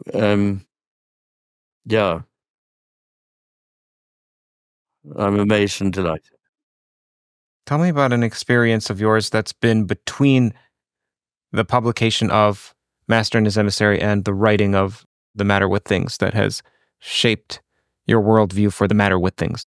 Gosh. I don't think there was really. I mean, I wish I could say, it was this that happened. I mean, what happened was that I had a contract. Getting down to brass tacks. With Penguin Random House to write yes, sure, a more potted version of the Master and His Emissary. And I started doing it, and I just didn't find it at all interesting. I mean, I thought, what's in this for me to say something that I've already expressed at length and subtly, rather too crudely and briefly. And if people are going to read that rather than the Master and His Emissary, I'd rather I didn't do it at all. But in trying to say something about it, I realized I'd only scratched the surface of the philosophical implications of this. I mean, after all, if it is right, and I'm pretty certain that I am right about this, that the two hemispheres, and there's just so much evidence. There's something like 6,000 references in the bibliography of the Matter with Things, because I need, if I'm saying something that's not yet completely mainstream, I have to really say why I'm saying these things. So I really put down the evidence. There's just this evidence from so many different strands that the two hemispheres see the world differently. If that is the case, then that has something to say about philosophy and our understanding of everything. In fact, it ramifies into every area of life, which is why people have responded to me from the world of the law, particularly judges and barristers, attorneys, as you would say, from government, from obviously philosophers and psychologists, psychiatrists, and so on, but people from all walks of life. So my correspondents include a lavatory cleaner in Oxford, and he's a rather unusual lavatory cleaner. I think he has a doctorate, but nonetheless, a long-distance lorry driver in Australia. So people write to me from everywhere and from all kinds of niches in life. So I wanted to explain what it was that this had to say about what we can know as reality. After all, if the left hemisphere has a version of reality that it believes, and the right hemisphere has a version of reality that it believes, how can we work with this? And the answer isn't, as somebody rather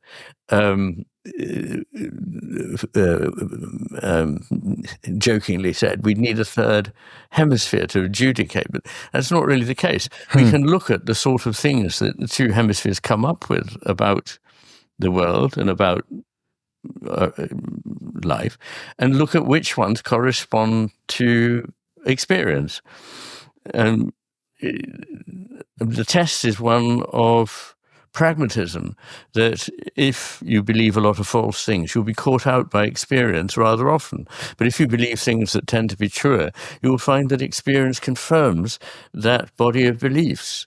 And you'll find that the body of beliefs held by the right hemisphere are much, much better ones to work with than that of the left hemisphere. So that meant trying to go back to what first principles and say, okay, let's describe the ways in which we get any handle on reality. And I take those to be what I call the portals. which are attention itself, perception, which is not the same as attention, judgment, which is the things we think on the basis of what we've attended to and perceived, emotional and social intelligence, cognitive intelligence, apprehension, which is the way of grasping and using what and testing it out in the world.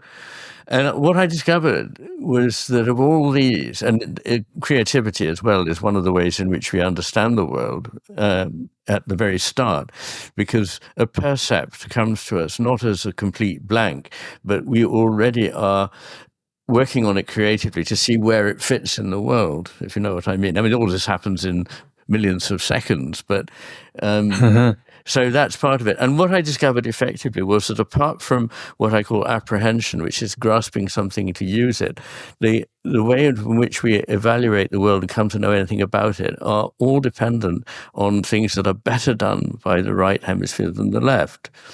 And then I thought, well, after that, you need to go on and look at the pathways. When you've got these, if you like, data points or information or whatever you like to say in the modern jargon, but basically, when you've got this view of the world, how are you going to take it forward to know what is more true or less true? And I thought, well, there's effectively four things: science, reason, intuition, and imagination. And I think nobody would disagree with science and reason. Some people, but not the majority, would disagree about intuition and imagination, but they've been given a bad rap recently.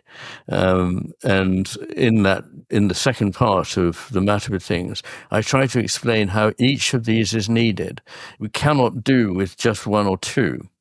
And that each of them has limitations. Each of them can only answer certain kinds of questions and only be so reliable. And that we're best to try and bring all these four into play.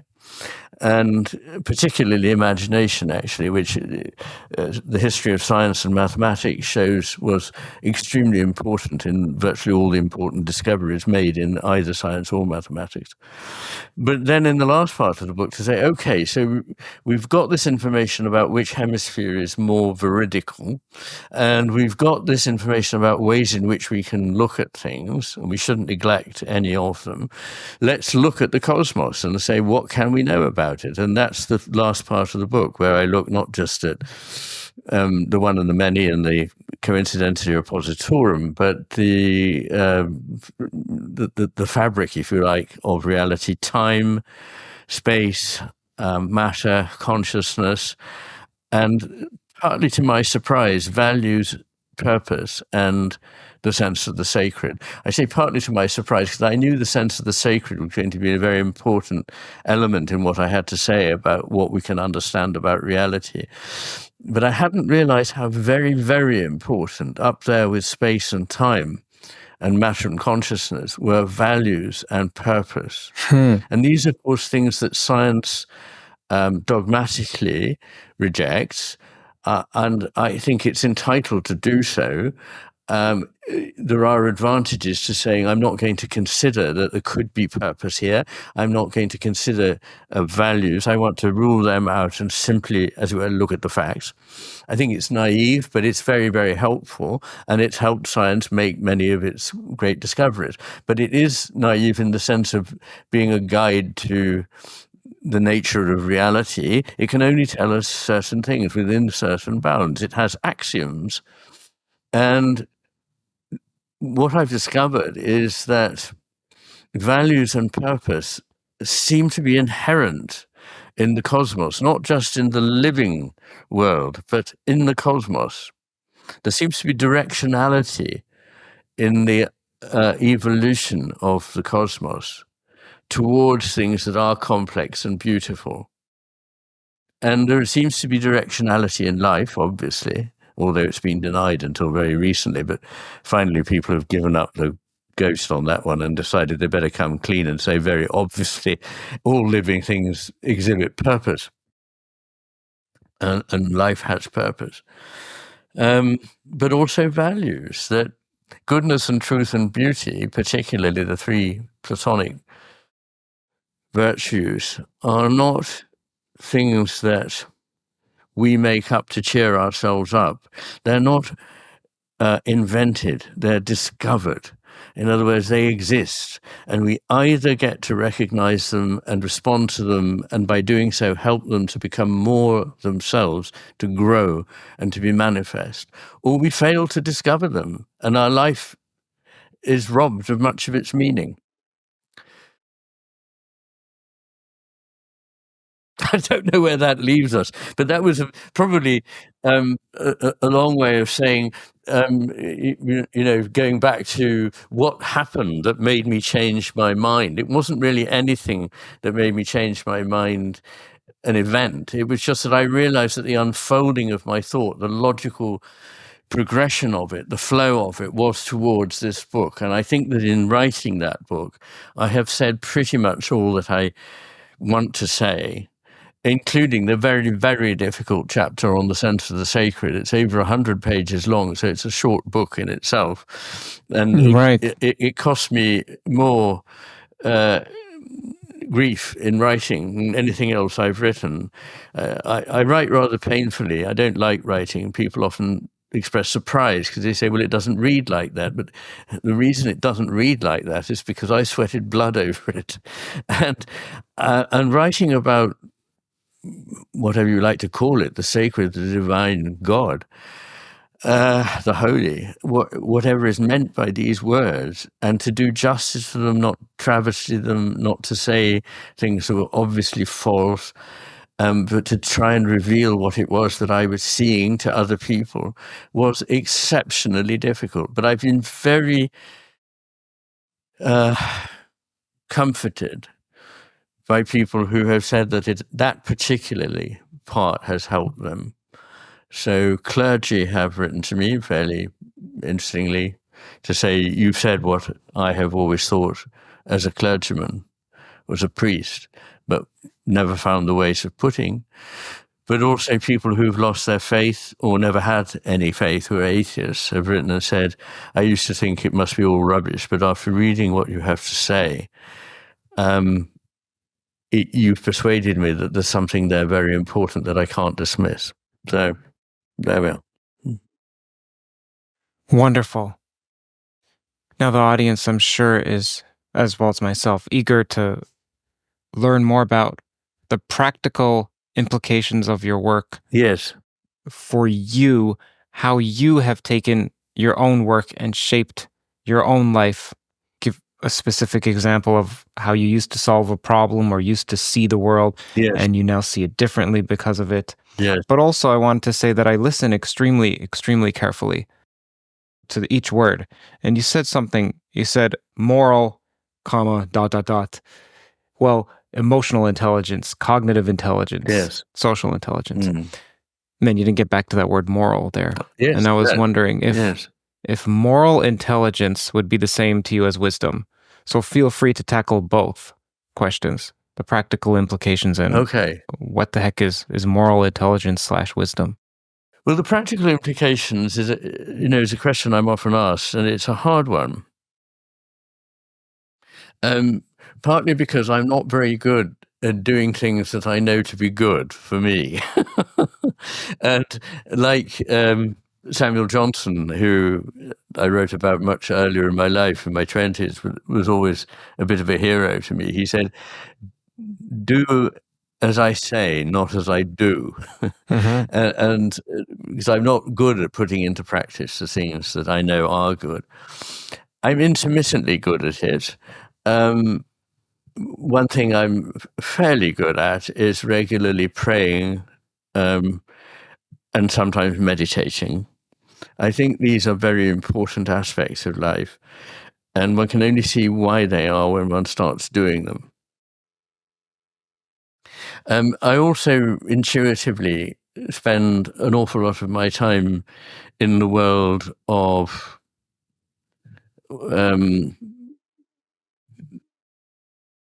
literature, music, poetry, but also, unfortunately, of abstractions, because increasingly I'm caught up in conversations with people all around the world about philosophical issues. So I have... Sorry about that. Sorry about contributing. I love it. I absolutely love it. But when you ask me to evaluate, is this a good thing? Or should I really be saying, what do I know? And just accepting the gift of life and its beauty in a generous spirit. I don't know, but I can't help myself. Ideas have always been the driver of my life. And so I love to talk about them, as I guess you can see. So there are things that I think we can quite practically do. First of all, we can stop doing many of the things that seem to be causing problems. The first thing a psychiatrist does with anybody who comes to them for help is not to tell them what to do. I mean, unless you're extremely inexperienced. So when I was inexperienced, I used to tell people, after talking to them or listening to them for an hour and a half, and they'd often say, good heavens, you know more about me than my parents, my children, my partner, whatever. Yeah. And I would know what basically they needed to do, and I'd tell them, but they wouldn't accept it, partly because if they had been able to see that at that stage, they would have probably thought of it for themselves. So one of the first things to do is to sort of say to people, what is it you're doing that is not working? And try to stop doing that. So much in my belief that the more you know how little you know. And the more you see the vanity of action, you see the importance of acceptance. I mean, action has a place, knowing has a place, but I'm speaking in a sort of paradoxical way, in an oriental way about those things. But I also think that not doing is a very important way of improving. So we can't actually make the things we want to grow in us grow by going, grow, damn you. Instead, we have to stop stultifying them and stunting their growth. And much of what we do nowadays in the modern world is stultifying and stunting to them. So one first thing is to look at your day and see how much of the time you're paying attention to something you want to, and how much of your time you're distracted. And, you know, the modern world is built to distract our attention, to fragment it. I mean, I'm not saying anything original here. But, of course, that plays into the left hemisphere's thing, which is, something that gives me pleasure that I can use and so on. But no, what we want is a much sort of humbler approach, which is to try and be there and see what this thing before us is in all its richness, to allow it to speak to one. And so partly, I think, monitoring what it is that you're doing, seeing the things that you're doing that are likely to be destructive or repetitive and unhelpful, and finding something to put in their place that embodies some of what I mean by right hemispheric thinking or right hemispheric being. And I think there's probably no way to say that quickly here, but The Master and His Emissary is not a very long book. And I know people who've read it many, many times, so it helps to explain that. What more can I say? I mean, I think the thing is that being and doing and thinking, for me, are one indivisible entity, and that I started to think these things a very, very long time ago, and I've merely, if you like, refine them, express them more closely, more clearly as I've got older. But that's a kind of way of thinking that I didn't suddenly adopt. It's a kind of way of thinking that grew with me and in me. And so I can't really say, I started to do this, that, or the other. Sometimes I make myself stop doing things that I know to be unhelpful, but largely it's something that has become almost intuitive. And that's why it's difficult to say to people, if you just do the following 3 things or 6 things or 9 things or whatever it is, 12 rules for life, 48 ways of doing what. There's so many book titles. I mean, people would love that. But really, what I'd be doing is speaking to their left hemisphere. The left hemisphere is going, I want to know what a quick fix to this is, without changing my whole way of thinking about the world. And unless you change the whole way in which you think about what a human being is, what the world is, and what we're doing here, then nothing will improve. So that's what I have to say about that. And I know it's disappointing, but it would be even more disappointing if I came up with some fatuous life coaching plan that you should do the following things. That's much too narrow. What I'm really saying is that something enormous has to happen, which is that you see something differently. And once you've seen that something differently, everything then looks different and falls into place. This is why I'm sorry to keep saying this, and I'm not saying it out of any spirit of, pride, I hope, but just of feeling happy that I have connected with people, that they write and say, once you see what it is you're saying, everything seems different and better and more fulfilling. So that, I think, is what I would say. Moral intelligence, if one can call it that, because it's not just a matter of thinking, it's a matter of, like, emotional and social intelligence, understanding. So it is a kind of intelligence. I think is enormously important. And the difficulty we've got into is that we think that what is good, what is morally good, is certain particular practices or beliefs, whereas the mistake is to rule out and forget that what matters is the disposition of the mind. So you can have people who think a lot of very worthy sentiments in the abstract, but are actually not particularly nice or particularly warm or particularly kind people. And you can find people who, if you wanted to search around in their minds, you might find them honestly saying things that you thought were pretty bad, but they might turn out to be astonishingly kind and generous people. So it's a very difficult one. It's not just about things you do, and it's certainly not just about outcomes. It's about the cast of mind that is behind the action. And the trouble with utilitarianism in a nutshell is that the very cast of mind that is calculating is quintessentially immoral. It is exactly the kind of thinking about what to do. Amoral. Immoral. Amoral, not immoral. No, immoral. Interesting. Because it is the kind of, if I say to you, torturing children for pleasure is wrong, and you say, but why? Can you explain that to me? Lots of people get a lot of pleasure from watching things on the dark web that involve this. And, the sum of their pleasure is great, but the suffering of the child, Now, once you start talking like that, I mean, we're dealing with evil, frankly. And psychopaths think like this. Psychopaths who are, people dislike using the term evil, but are basically evil in their behavior and thinking. They think in this very calculating way. And the message of all the wisdom traditions and religions is that you don't act and think out of calculation, but you act and think from what is called the heart, particularly in the East. In fact, in Chinese, the word for thinking actually involves the concept of the heart. And the Japanese don't think in abstract terms. They have very few abstract nouns. So this business of experience, the heart, our embodied being, our disposition towards others is the basis of morality. And it's a complex issue, but I think that if you had to put your money on any of the current philosophies of ethics, of morality, I'd say virtue ethics, but I certainly wouldn't say utilitarianism.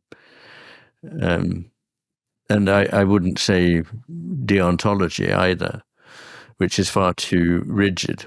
So there we are. But I don't think that that's all that's involved in wisdom. Gosh, wisdom, what is that? And wisdom is like God. It is something that simply can't be pinned down and reduced to a certain concept. It's a thing that one recognizes when one meets it. In a way, love is like that too, isn't it? I mean, love is not a rare experience, I think, but love is one of those things that I can't explain to someone else who's never been in love or never really truly loved anything or any person or any place, or it's not something you can really put into words. It just slips out of the words and vanishes into nothing, banality. But it's so important. And wisdom is of this kind too. I mean, what one can be certain of, that it is not the same as knowledge. There are people who are wise who don't have great knowledge, and there are people who do have great knowledge and are wise. So they're almost independent of one another. But having great knowledge might be a temptation to believe that you were wise just because you had a great knowledge of things. Whereas wisdom is something that comes out in as I say, in a something that can't be put into words. I'm sorry. And it's often, again, best defined apophatically by what it is not. It is not knowing exactly what to do or knowing the answer to the big questions or anything like that. It's almost an abstention from any of those, but not in a negative way. One of the problems for Westerners is that they think that, for example, emptiness must be negative and bad. And the word that is often translated as emptiness is shunyata in Sanskrit. And that really doesn't mean emptiness in the way that we think of it, just like a void. It means a potential space in which something could grow. So it's like clearing away things so that something has a chance to emerge. Mm-hmm. I find this idea extremely important. There are so many ways in which it's true. You mustn't be so much in the face of another person that you don't allow them to come forward to you. You mustn't be so clear about your thinking that you drive away the things that would speak to you if you stayed quiet. I mean, it's a common observation by Easterners that we in the West do far too much speaking and talking. Right. Doing it now. But, it's almost antithetical to that, without that being an emptying in a negative sense, but more really a fulfilling, an allowing of something rich, spiritual to come into being.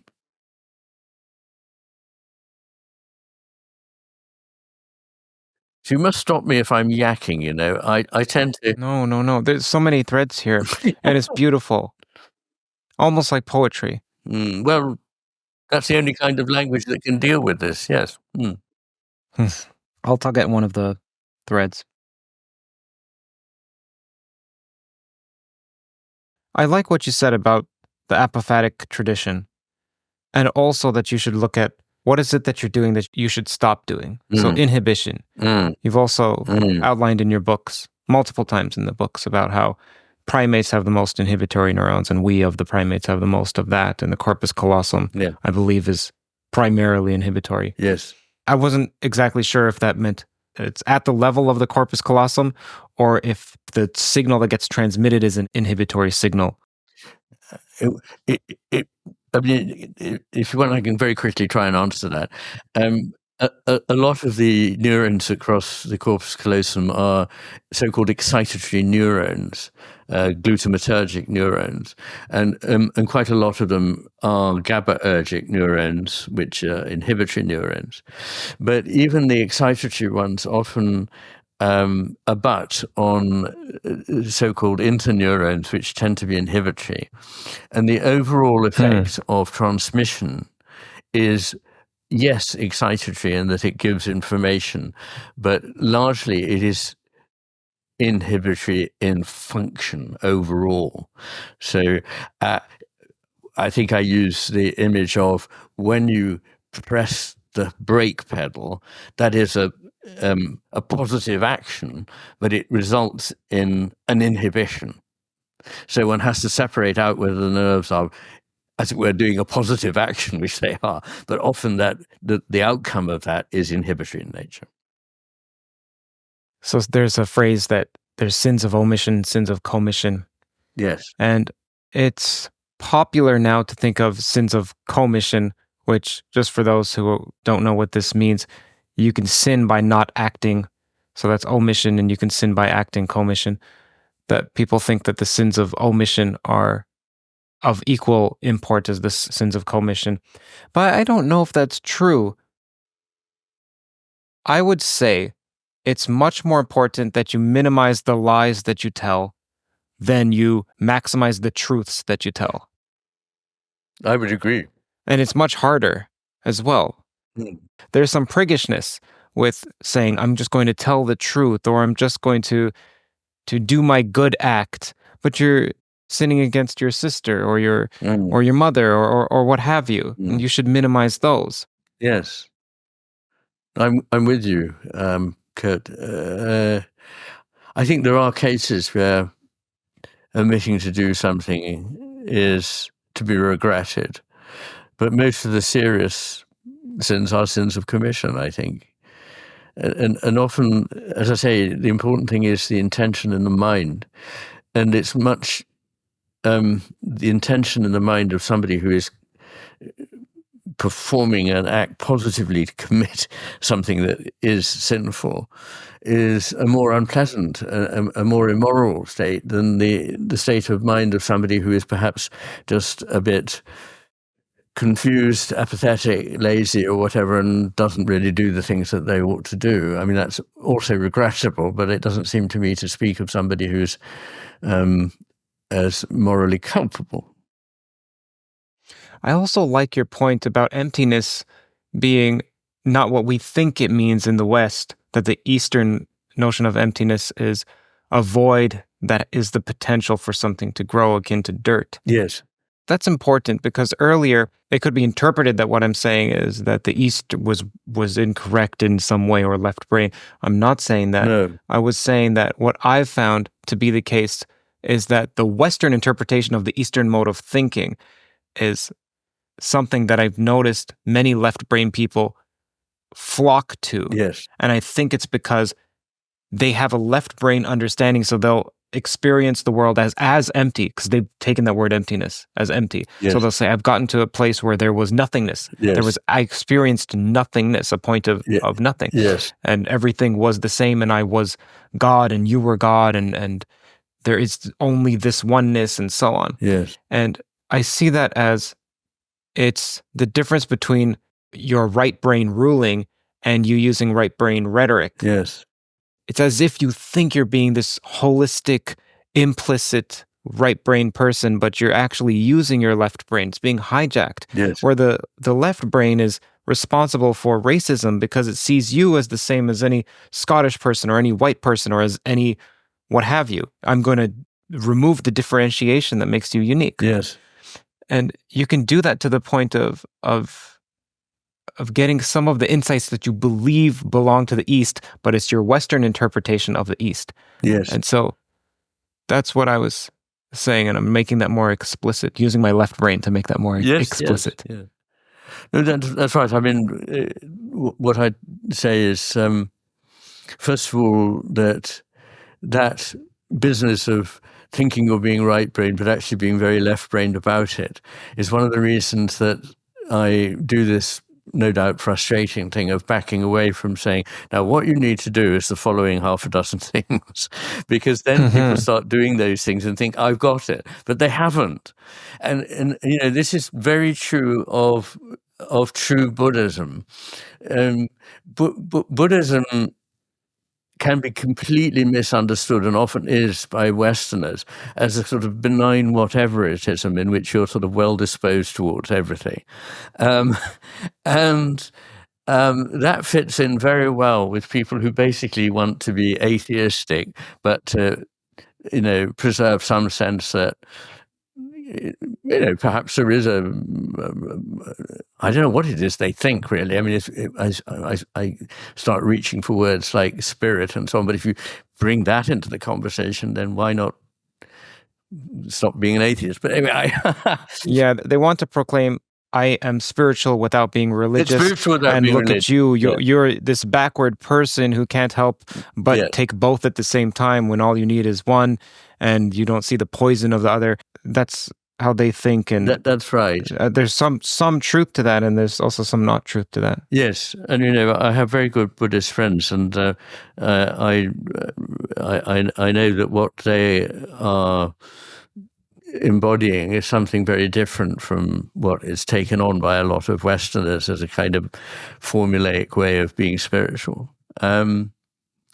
It is very much a disposition, I think. That idea seems to me an important one, that it's about dispositions, not about propositions. But yes, what was the other thing you were saying?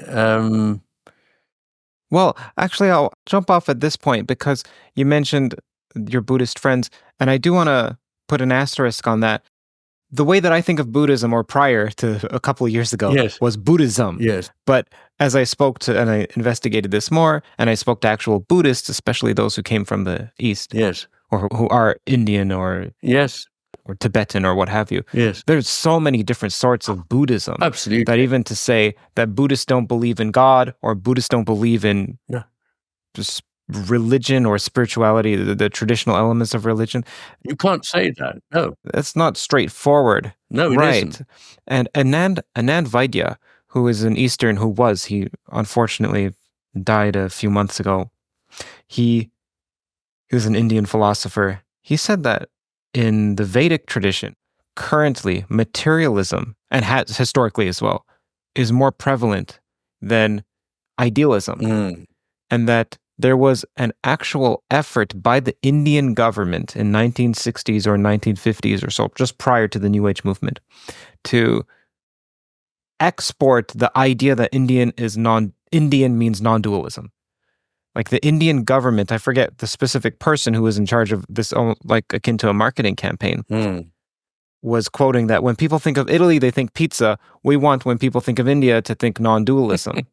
And they had a specific sort of non-dualism. Even me saying non-dualism without putting an asterisk implies there's one sort. Yes. When there's Advaita Vedanta and there's non-union with God, or union with God, subject object being the same. Yes. There are 5 different flavors. Yes. Yes. But anyhow, I just wanted to say that, like, even when I know you know this, but for people who are listening, when I say Buddhism or you say Buddhism, we're putting asterisks and just, again, painting with a broad stroke, but there's a multiplicity. We're painting with a broad stroke, and almost anything and its opposite could be found somewhere within the broad church of Buddhism. Yeah, like someone who comments on your channel and says, oh, the Vedics said this 3,000 years ago, as if the Vedics said one thing, or there's only one interpretation of that. Yes, indeed. And of course, the same thing can be said of Christianity, because the things that Christ said were written down so long after Christ that we don't know what he actually said. And a lot of them are contradictory, or apparently contradictory on the surface. I would say that they can be understood, and one can get back to see what it was that Christ probably intended by the remark that is reported, but that's another thing. But yes, I didn't realize until quite recently there were many Buddhas as well. There's the one person we call the historical Buddha, but there are other Buddhas that are believed in by different kinds of Buddhists. So it's not a straightforward thing. And I know religion has a bad connotation for many people. And I fear that I may be in some way guilty of being spiritual without being religious, because I don't actually go to church. But I think that would be probably wrong. I think I'm spiritual but religious. I have a lot of time for a number of different religions, but I was brought up in the Christian religion, and increasingly I think its mythos is surely richer than that of any other religion. It is an astonishing story, however you understand it, and has a kind of richness to it which I can't say I can find in all other religions. But there we are. But everybody will have their own ideas about either religion being, as a group, a bad thing, or about there being one religion that's better than another. And there we are. Wolfgang Smith and Jonathan Pageau make this point. I believe you're aware of them. I am. I know him too, yes. Okay, great. He said, and he's also someone who lived in India for 2 decades in his formative adult years. Yes. He said that the Eastern idea of salvation, well, firstly, they don't have there's the idea, which he calls perennialism, which is called perennialism, that all religions are expressing the same truth. He doesn't like that idea. He doesn't see that as being true from his firsthand experience and also from his explicit analysis of the texts. He said that the Eastern way of solving the problem of existence is to obliterate yourself from existence, to get yourself to the point of no longer being around, whatever that means. And the way that you do that is by going into an undifferentiated void. And then he said there's the Christian idea, though, that came about, which is that you are to have unity with multiplicity. And somehow that's done via Christ. Exactly how? I don't know. I don't understand it. He explained it several times, and many other people echo it, like Jonathan Pageau. But I intimate it. I can feel it. I can see it. I just can't put my left brain on it. Yes. Anyhow, as we end, I want to ask you about how you pray. And the reason is that, look, there's one modality which involves petitionary prayer. Yes. So you seek an outcome. So you're saying, look, I want to recover from illness, or I want to secure employment, or what have you. Yes. Please help me. And then an alternative is you supplicate for something like strength. God, give me the strength, as sometimes people say, or you request resilience. Or you can just say, okay, God, I don't know what I should be doing.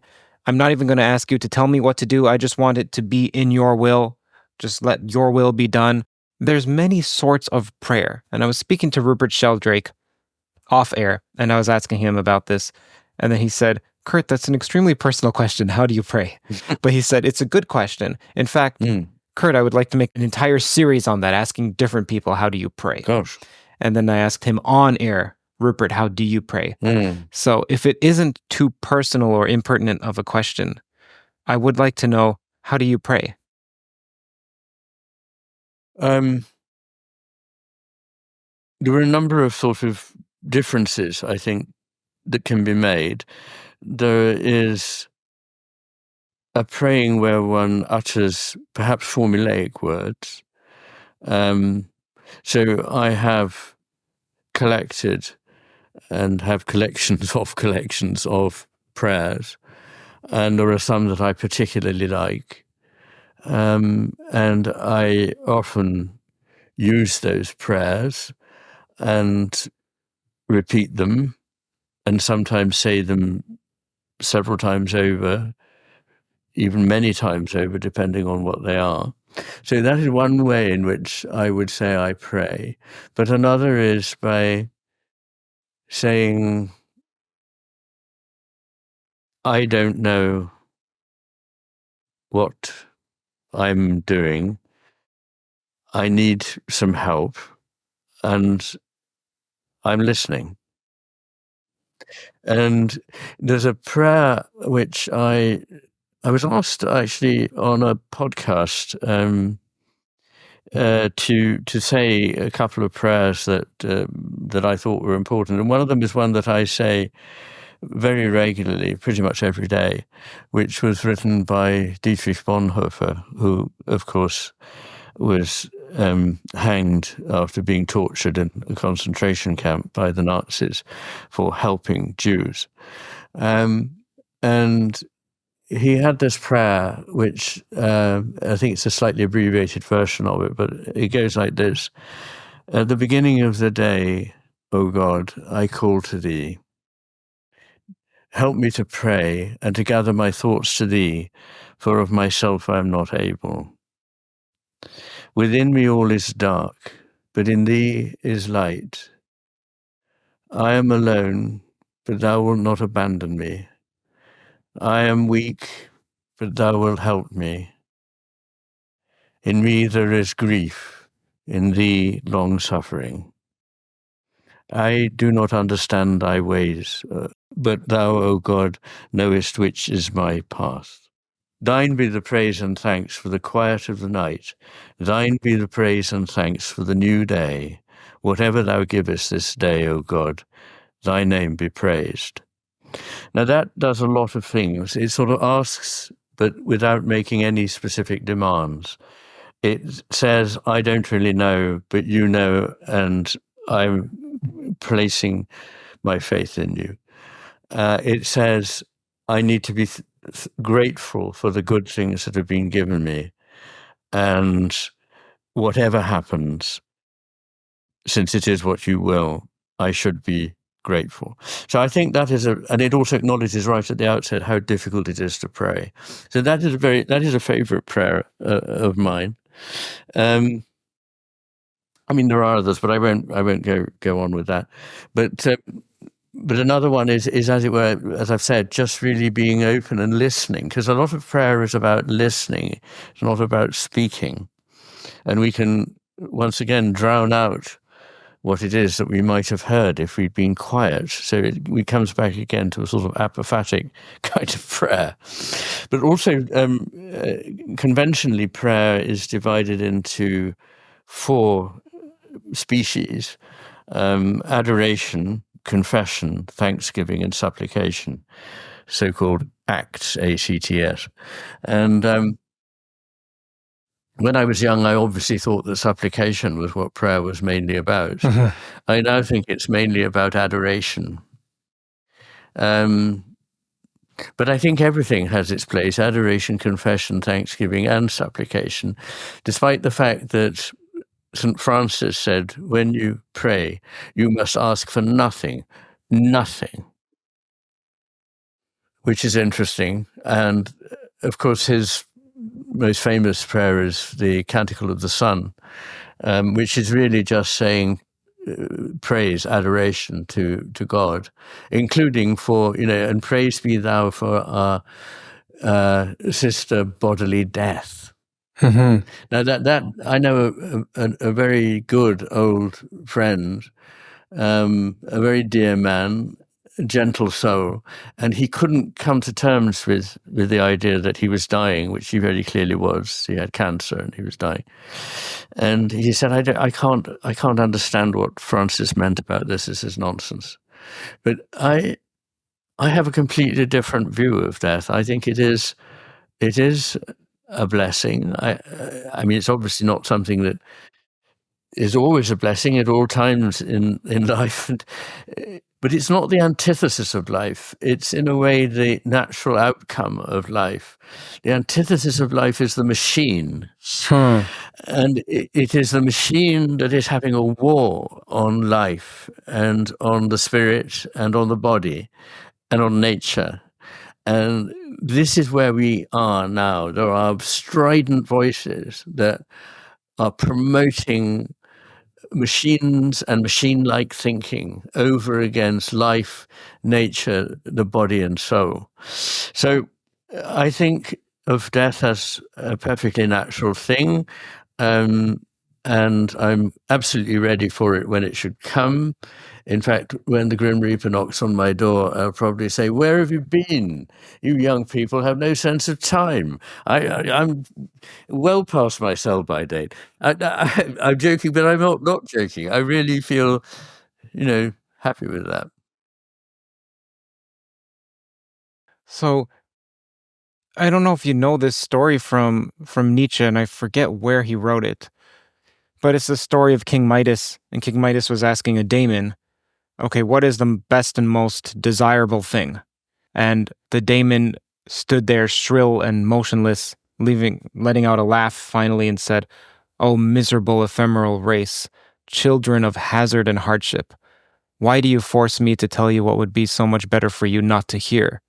The best of all things would be for you to not be born, to be nothing. And the second best would be for you to soon die." Yeah. But it was a cautionary tale in that instance. Yes, and they're not sentiments that I would subscribe to at all. I think life is wonderful. I just don't think that it's negated by death. Mary Midgley, who died at the age of, I think, 96 or 7, but when she was about 92, she wrote something about death and made to me, absolutely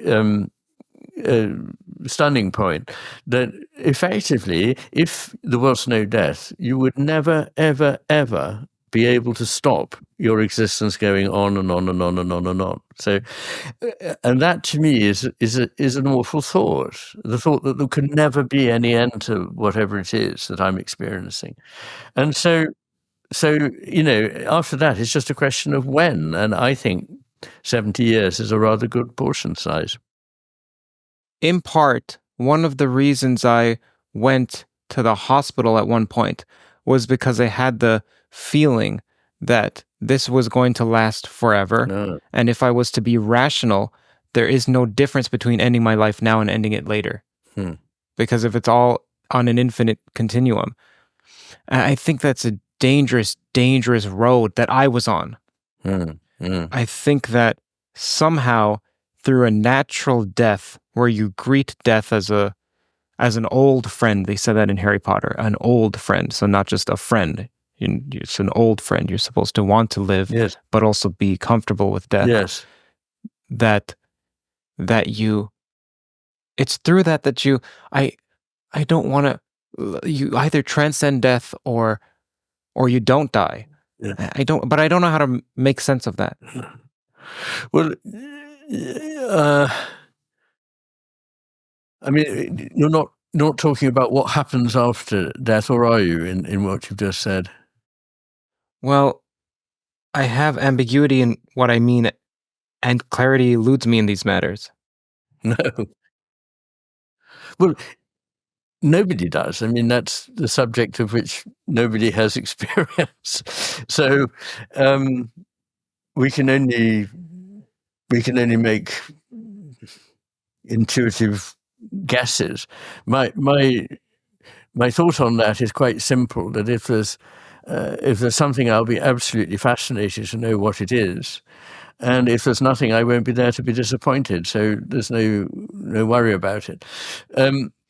So there it is. I'm not, by the way, recommending, in case anybody thinks I'm recommending people to die. I'm certainly not. I'm recommending to them to live.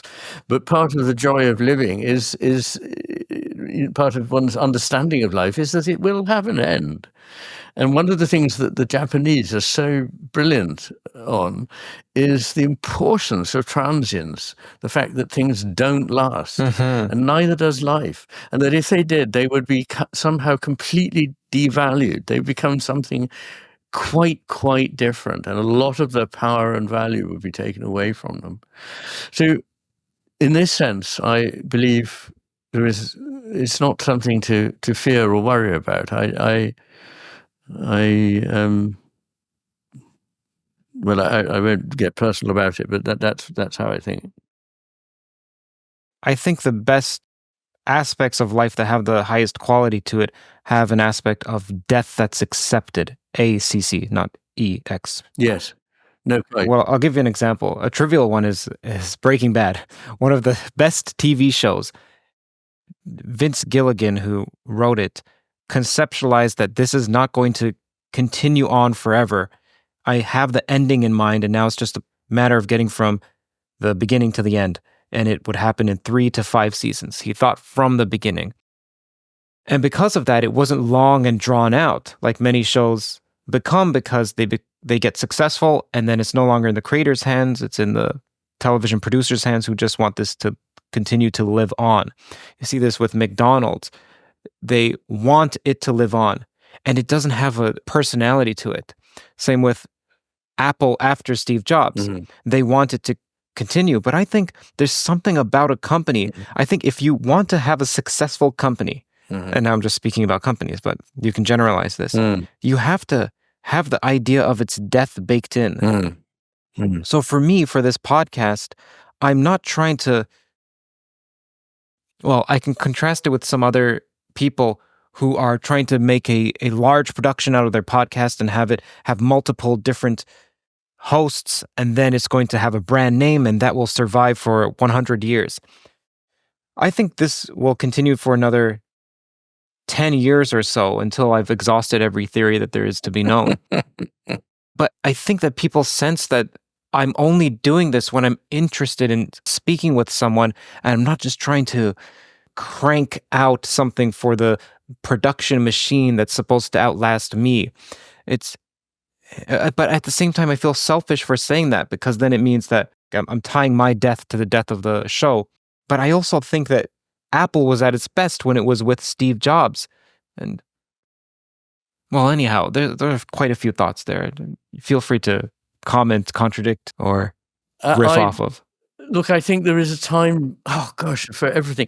I'm going to get really funny here and say that there are a couple of things that I'd like performed at my funeral. And one of them is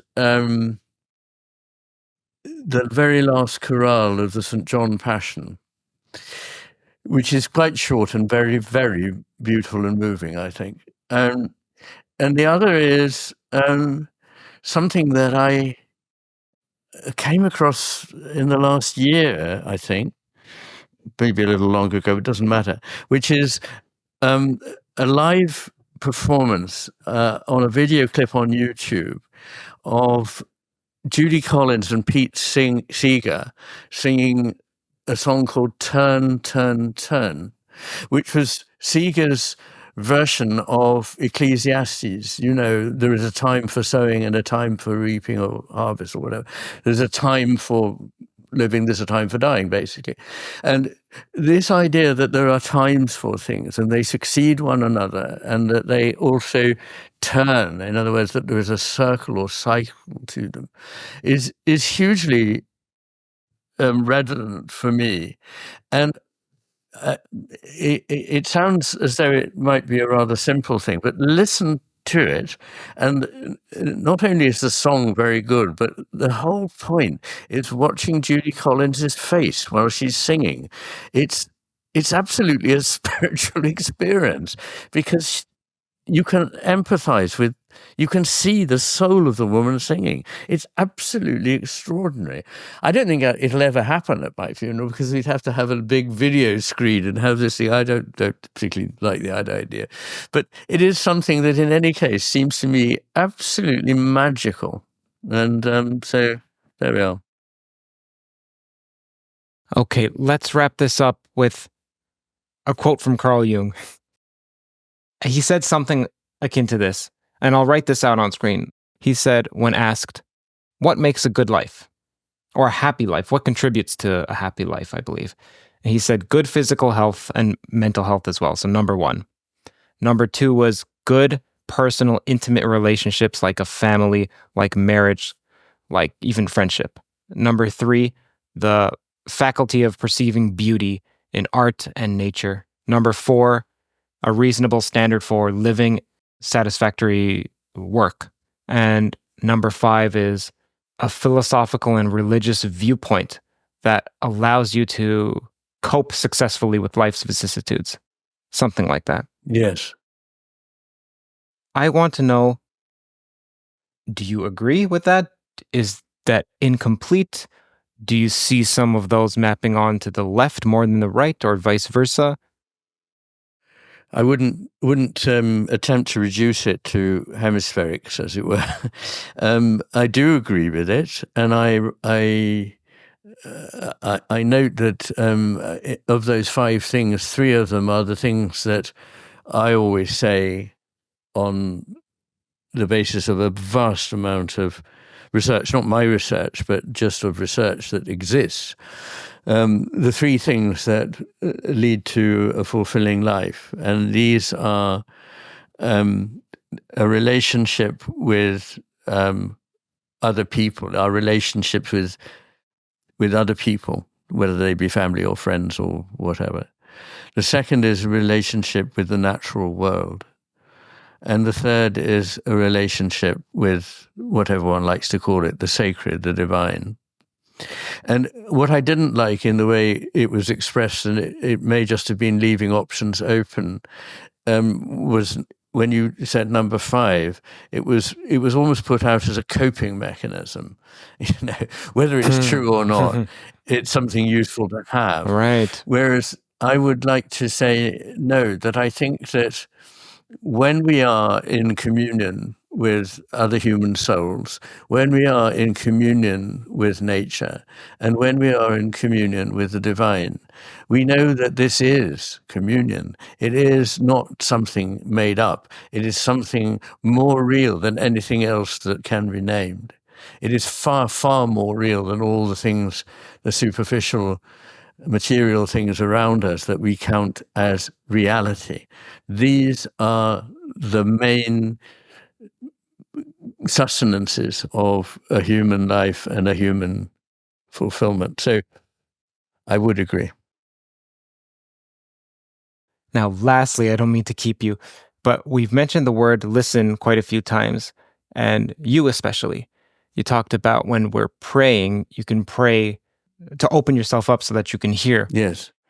And earlier we were talking about some of the delusion or paranoia or schizophrenic thoughts that can occur where someone believes they're hearing something that they're not, Yes. or sorry, that something is external when it was just internal. So one answer, I was going to ask you this question, but I'm going to tell you my answer to the question. Okay. Just as a jumping off point. One answer to the problem of how is it that you're supposed to open yourself up to listening to the divine, but at the same time, be cautious because what you think of as a voice can lead you down a dark path, especially if it's a maniacal one, either in the positive or negative direction. And one answer that came to me as I was saying this is you listen with your heart, and you don't listen with, it's not going to be a voice that says it in English. It's not going to be the text that's written on the wall or scrawled. It's going to be something that manifests as a feeling from your heart. Mm-hmm. Okay, now maybe that's foolish. That was my solution. It just occurred to me. I may even just remove that from this podcast because I don't know why I would tell you my answer prior to hearing yours. But I mean, I want to know what yours are because you're informed from many aspects. Theologically, you're informed as a psychiatrist. I've never really, sat down and asked myself that question, although I'm aware of the problem that when one is listening, is this something that one would say is coming from somewhere divine, or is it something that one's struggling to put in the place of silence, or even worse, that is coming to you from a part of you that you don't want to be listening to or obeying? So it is that is a real question. But I suppose what I think is that I think one knows when something is. One never knows finally. I don't think there's any certainty in life. I think that's been one of my themes today. And one of my themes in general is that we can never be certain of things. And faith is not certain, because if it was certainty, it would just be a fact and we'd know it. But instead, it is literally a fidelity. It is a matter of allegiance. to something more beautiful, more true, and better than we are, and that one wants to have to do with and to allow one's life to be enriched by. So it's that. And I think that one knows when one's dealing with that, not always, but one has a sense, probably what you mean by feeling it in your heart. And I think one of the things to do is to sort of ask yourself, is what I'm hearing the sort of thing that I would just be saying anyway to myself? And if so, it's not necessarily wrong, but it might be more convincing if you're being spoken to by some entity that is putting in your mind ideas of things that you tend to duck away from, that you don't want to do, but are probably good and right. So that's all I can say. I'm not in any sense a very, very good practitioner of any religion or spiritual life at all. It's just that I know it's very important. The question that I'm asking is, as a clinical psychologist or a psychiatrist, what are some practical tips that someone could know to differentiate between a voice or what they're listening to than like a genuine spiritual insight, something like that? I'm terribly disappointing. I don't think I've got any kind of rules for discernment, as it were. But there are a number of things I would say. I think in the normal waking state, when you haven't been taking drugs, if you start thinking that there's you're hearing voices speaking to you and they're saying weird things, then I think that probably you should see a psychiatrist. But the trouble is that, of course, unfortunately, one of the effects of psychosis is to take away your insight, so that you don't see that this is likely to be an illness. You think, obviously, this is very real. But on the back of this, I would say, taking mind-altering drugs of the recreational kind, even ayahuasca, which is probably the most interesting of them, I think is fraught with all kinds of dangers, and I think we're much too glib in our embracing of it. And I think the current drive to use them more in a clinical setting is something that I treat with a great deal of skepticism, partly because I think that the pharmaceutical industry can see making enormous profits out of legally selling these drugs, which they never had to develop because they were already there for the asking. But they can be very damaging, at least half of the time for most people. They don't have good trips. They remember the good trips, but there are also bad trips. And I know people who've had terrible trips on mushrooms and LSD and other things. And I'm not saying there aren't people who have wonderful experiences. But I think what's happening is that a filter is being removed. People sometimes say, isn't this liberation of the right hemisphere from the control of the left? I don't think it is at all.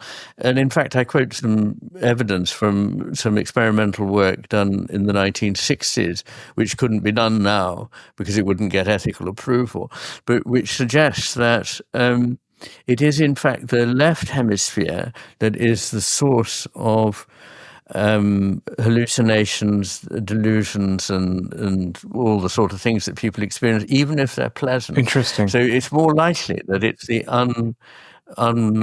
disinhibiting of the left hemisphere.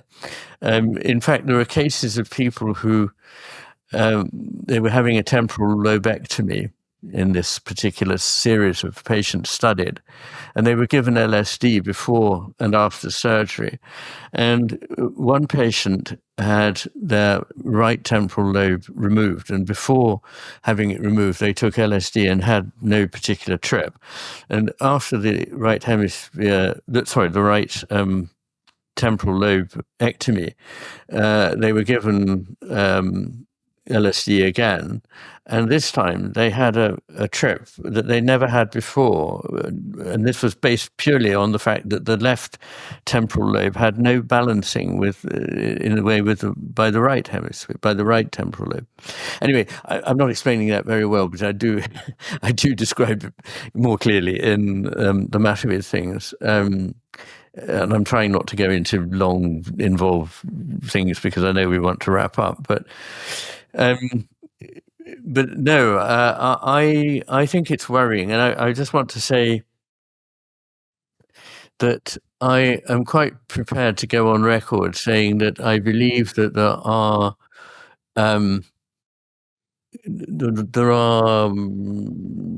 I don't know what they are, but there are spiritual forces in Buddhism, for example. There are bodhisattvas, who are people who have attained a certain degree of enlightenment but stay behind in this world to help people. They're spirits, but they stay in order to help human beings. And in Buddhist art, there are also demons. And this is not a stupid way to think. So I've been reading a book by Rod Dreher called Living in Wonder. And I've been asked to interview him at the Oxford Literary Festival about it. And one of the interesting things about the book is that he's talking about how the world needs, a view I very strongly believe, needs wonder, the restoration of awe and wonder into our lives.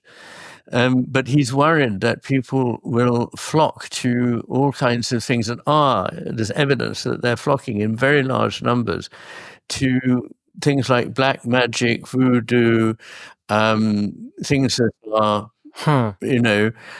not even professing to do good, but are actually professing to do certain kinds of harm.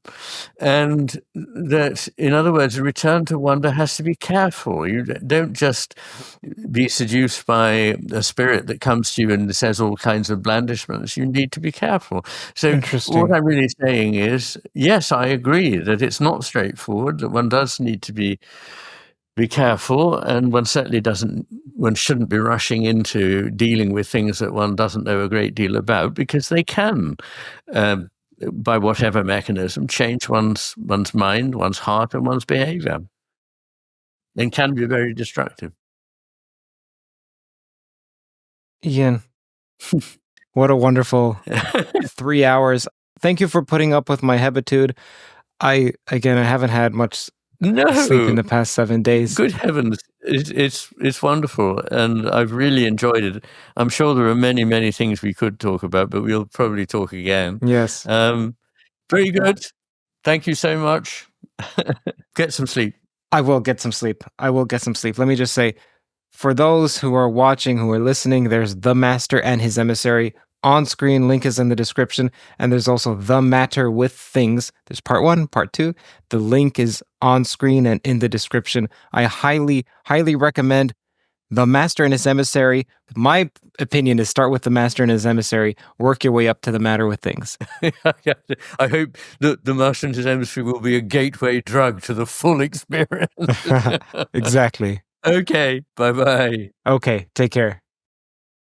New update. Started a Substack. Writings on there are currently about language and ill-defined concepts, as well as some other mathematical details. Much more being written there. This is content that isn't anywhere else. It's not on Theories of Everything. It's not on Patreon. Also, full transcripts will be placed there at some point in the future. Several people ask me, "Hey Kurt, you've spoken to so many people in the fields of theoretical physics, philosophy, and consciousness. What are your thoughts?" While I remain impartial in interviews, this Substack is a way to peer into my present deliberations on these topics. Also, thank you to our partner, The Economist. Firstly, thank you for watching. Thank you for listening. If you haven't subscribed or clicked that like button, now is the time to do so. Why? Because each subscribe, each like helps YouTube push this content to more people like yourself. Plus, it helps out Kurt directly, aka me. I also found out last year that external links count plenty toward the algorithm, which means that whenever you share on Twitter, say on Facebook or even on Reddit, etc., it shows YouTube, hey, people are talking about this content outside of YouTube, which in turn greatly aids the distribution on YouTube. Thirdly, there's a remarkably active Discord and subreddit for Theories of Everything, where people explicate TOEs, they disagree respectfully about theories, and build as a community our own TOE. Links to both are in the description. Fourthly, you should know this podcast is on iTunes, it's on Spotify, it's on all of the audio platforms. All you have to do is type in Theories of Everything and you'll find it. Personally, I gained from rewatching lectures and podcasts. I also read in the comments that, hey, TOE listeners also gain from replaying. So how about instead you re-listen on those platforms like iTunes, Spotify, Google Podcasts, whichever podcast catcher you use. And finally, if you'd like to support more conversations like this, more content like this, then do consider visiting patreon.com/KurtJmungle and donating with whatever you like. There's also PayPal, there's also crypto, there's also just joining on YouTube. Again, keep in mind, it's support from the sponsors and you that allow me to work on TOE full time. You also get early access to ad-free episodes, whether it's audio or video. It's audio in the case of Patreon, video in the case of YouTube. For instance, this episode that you're listening to right now was released a few days earlier. Every dollar helps far more than you think. Either way, your viewership is generosity enough. Thank you so much.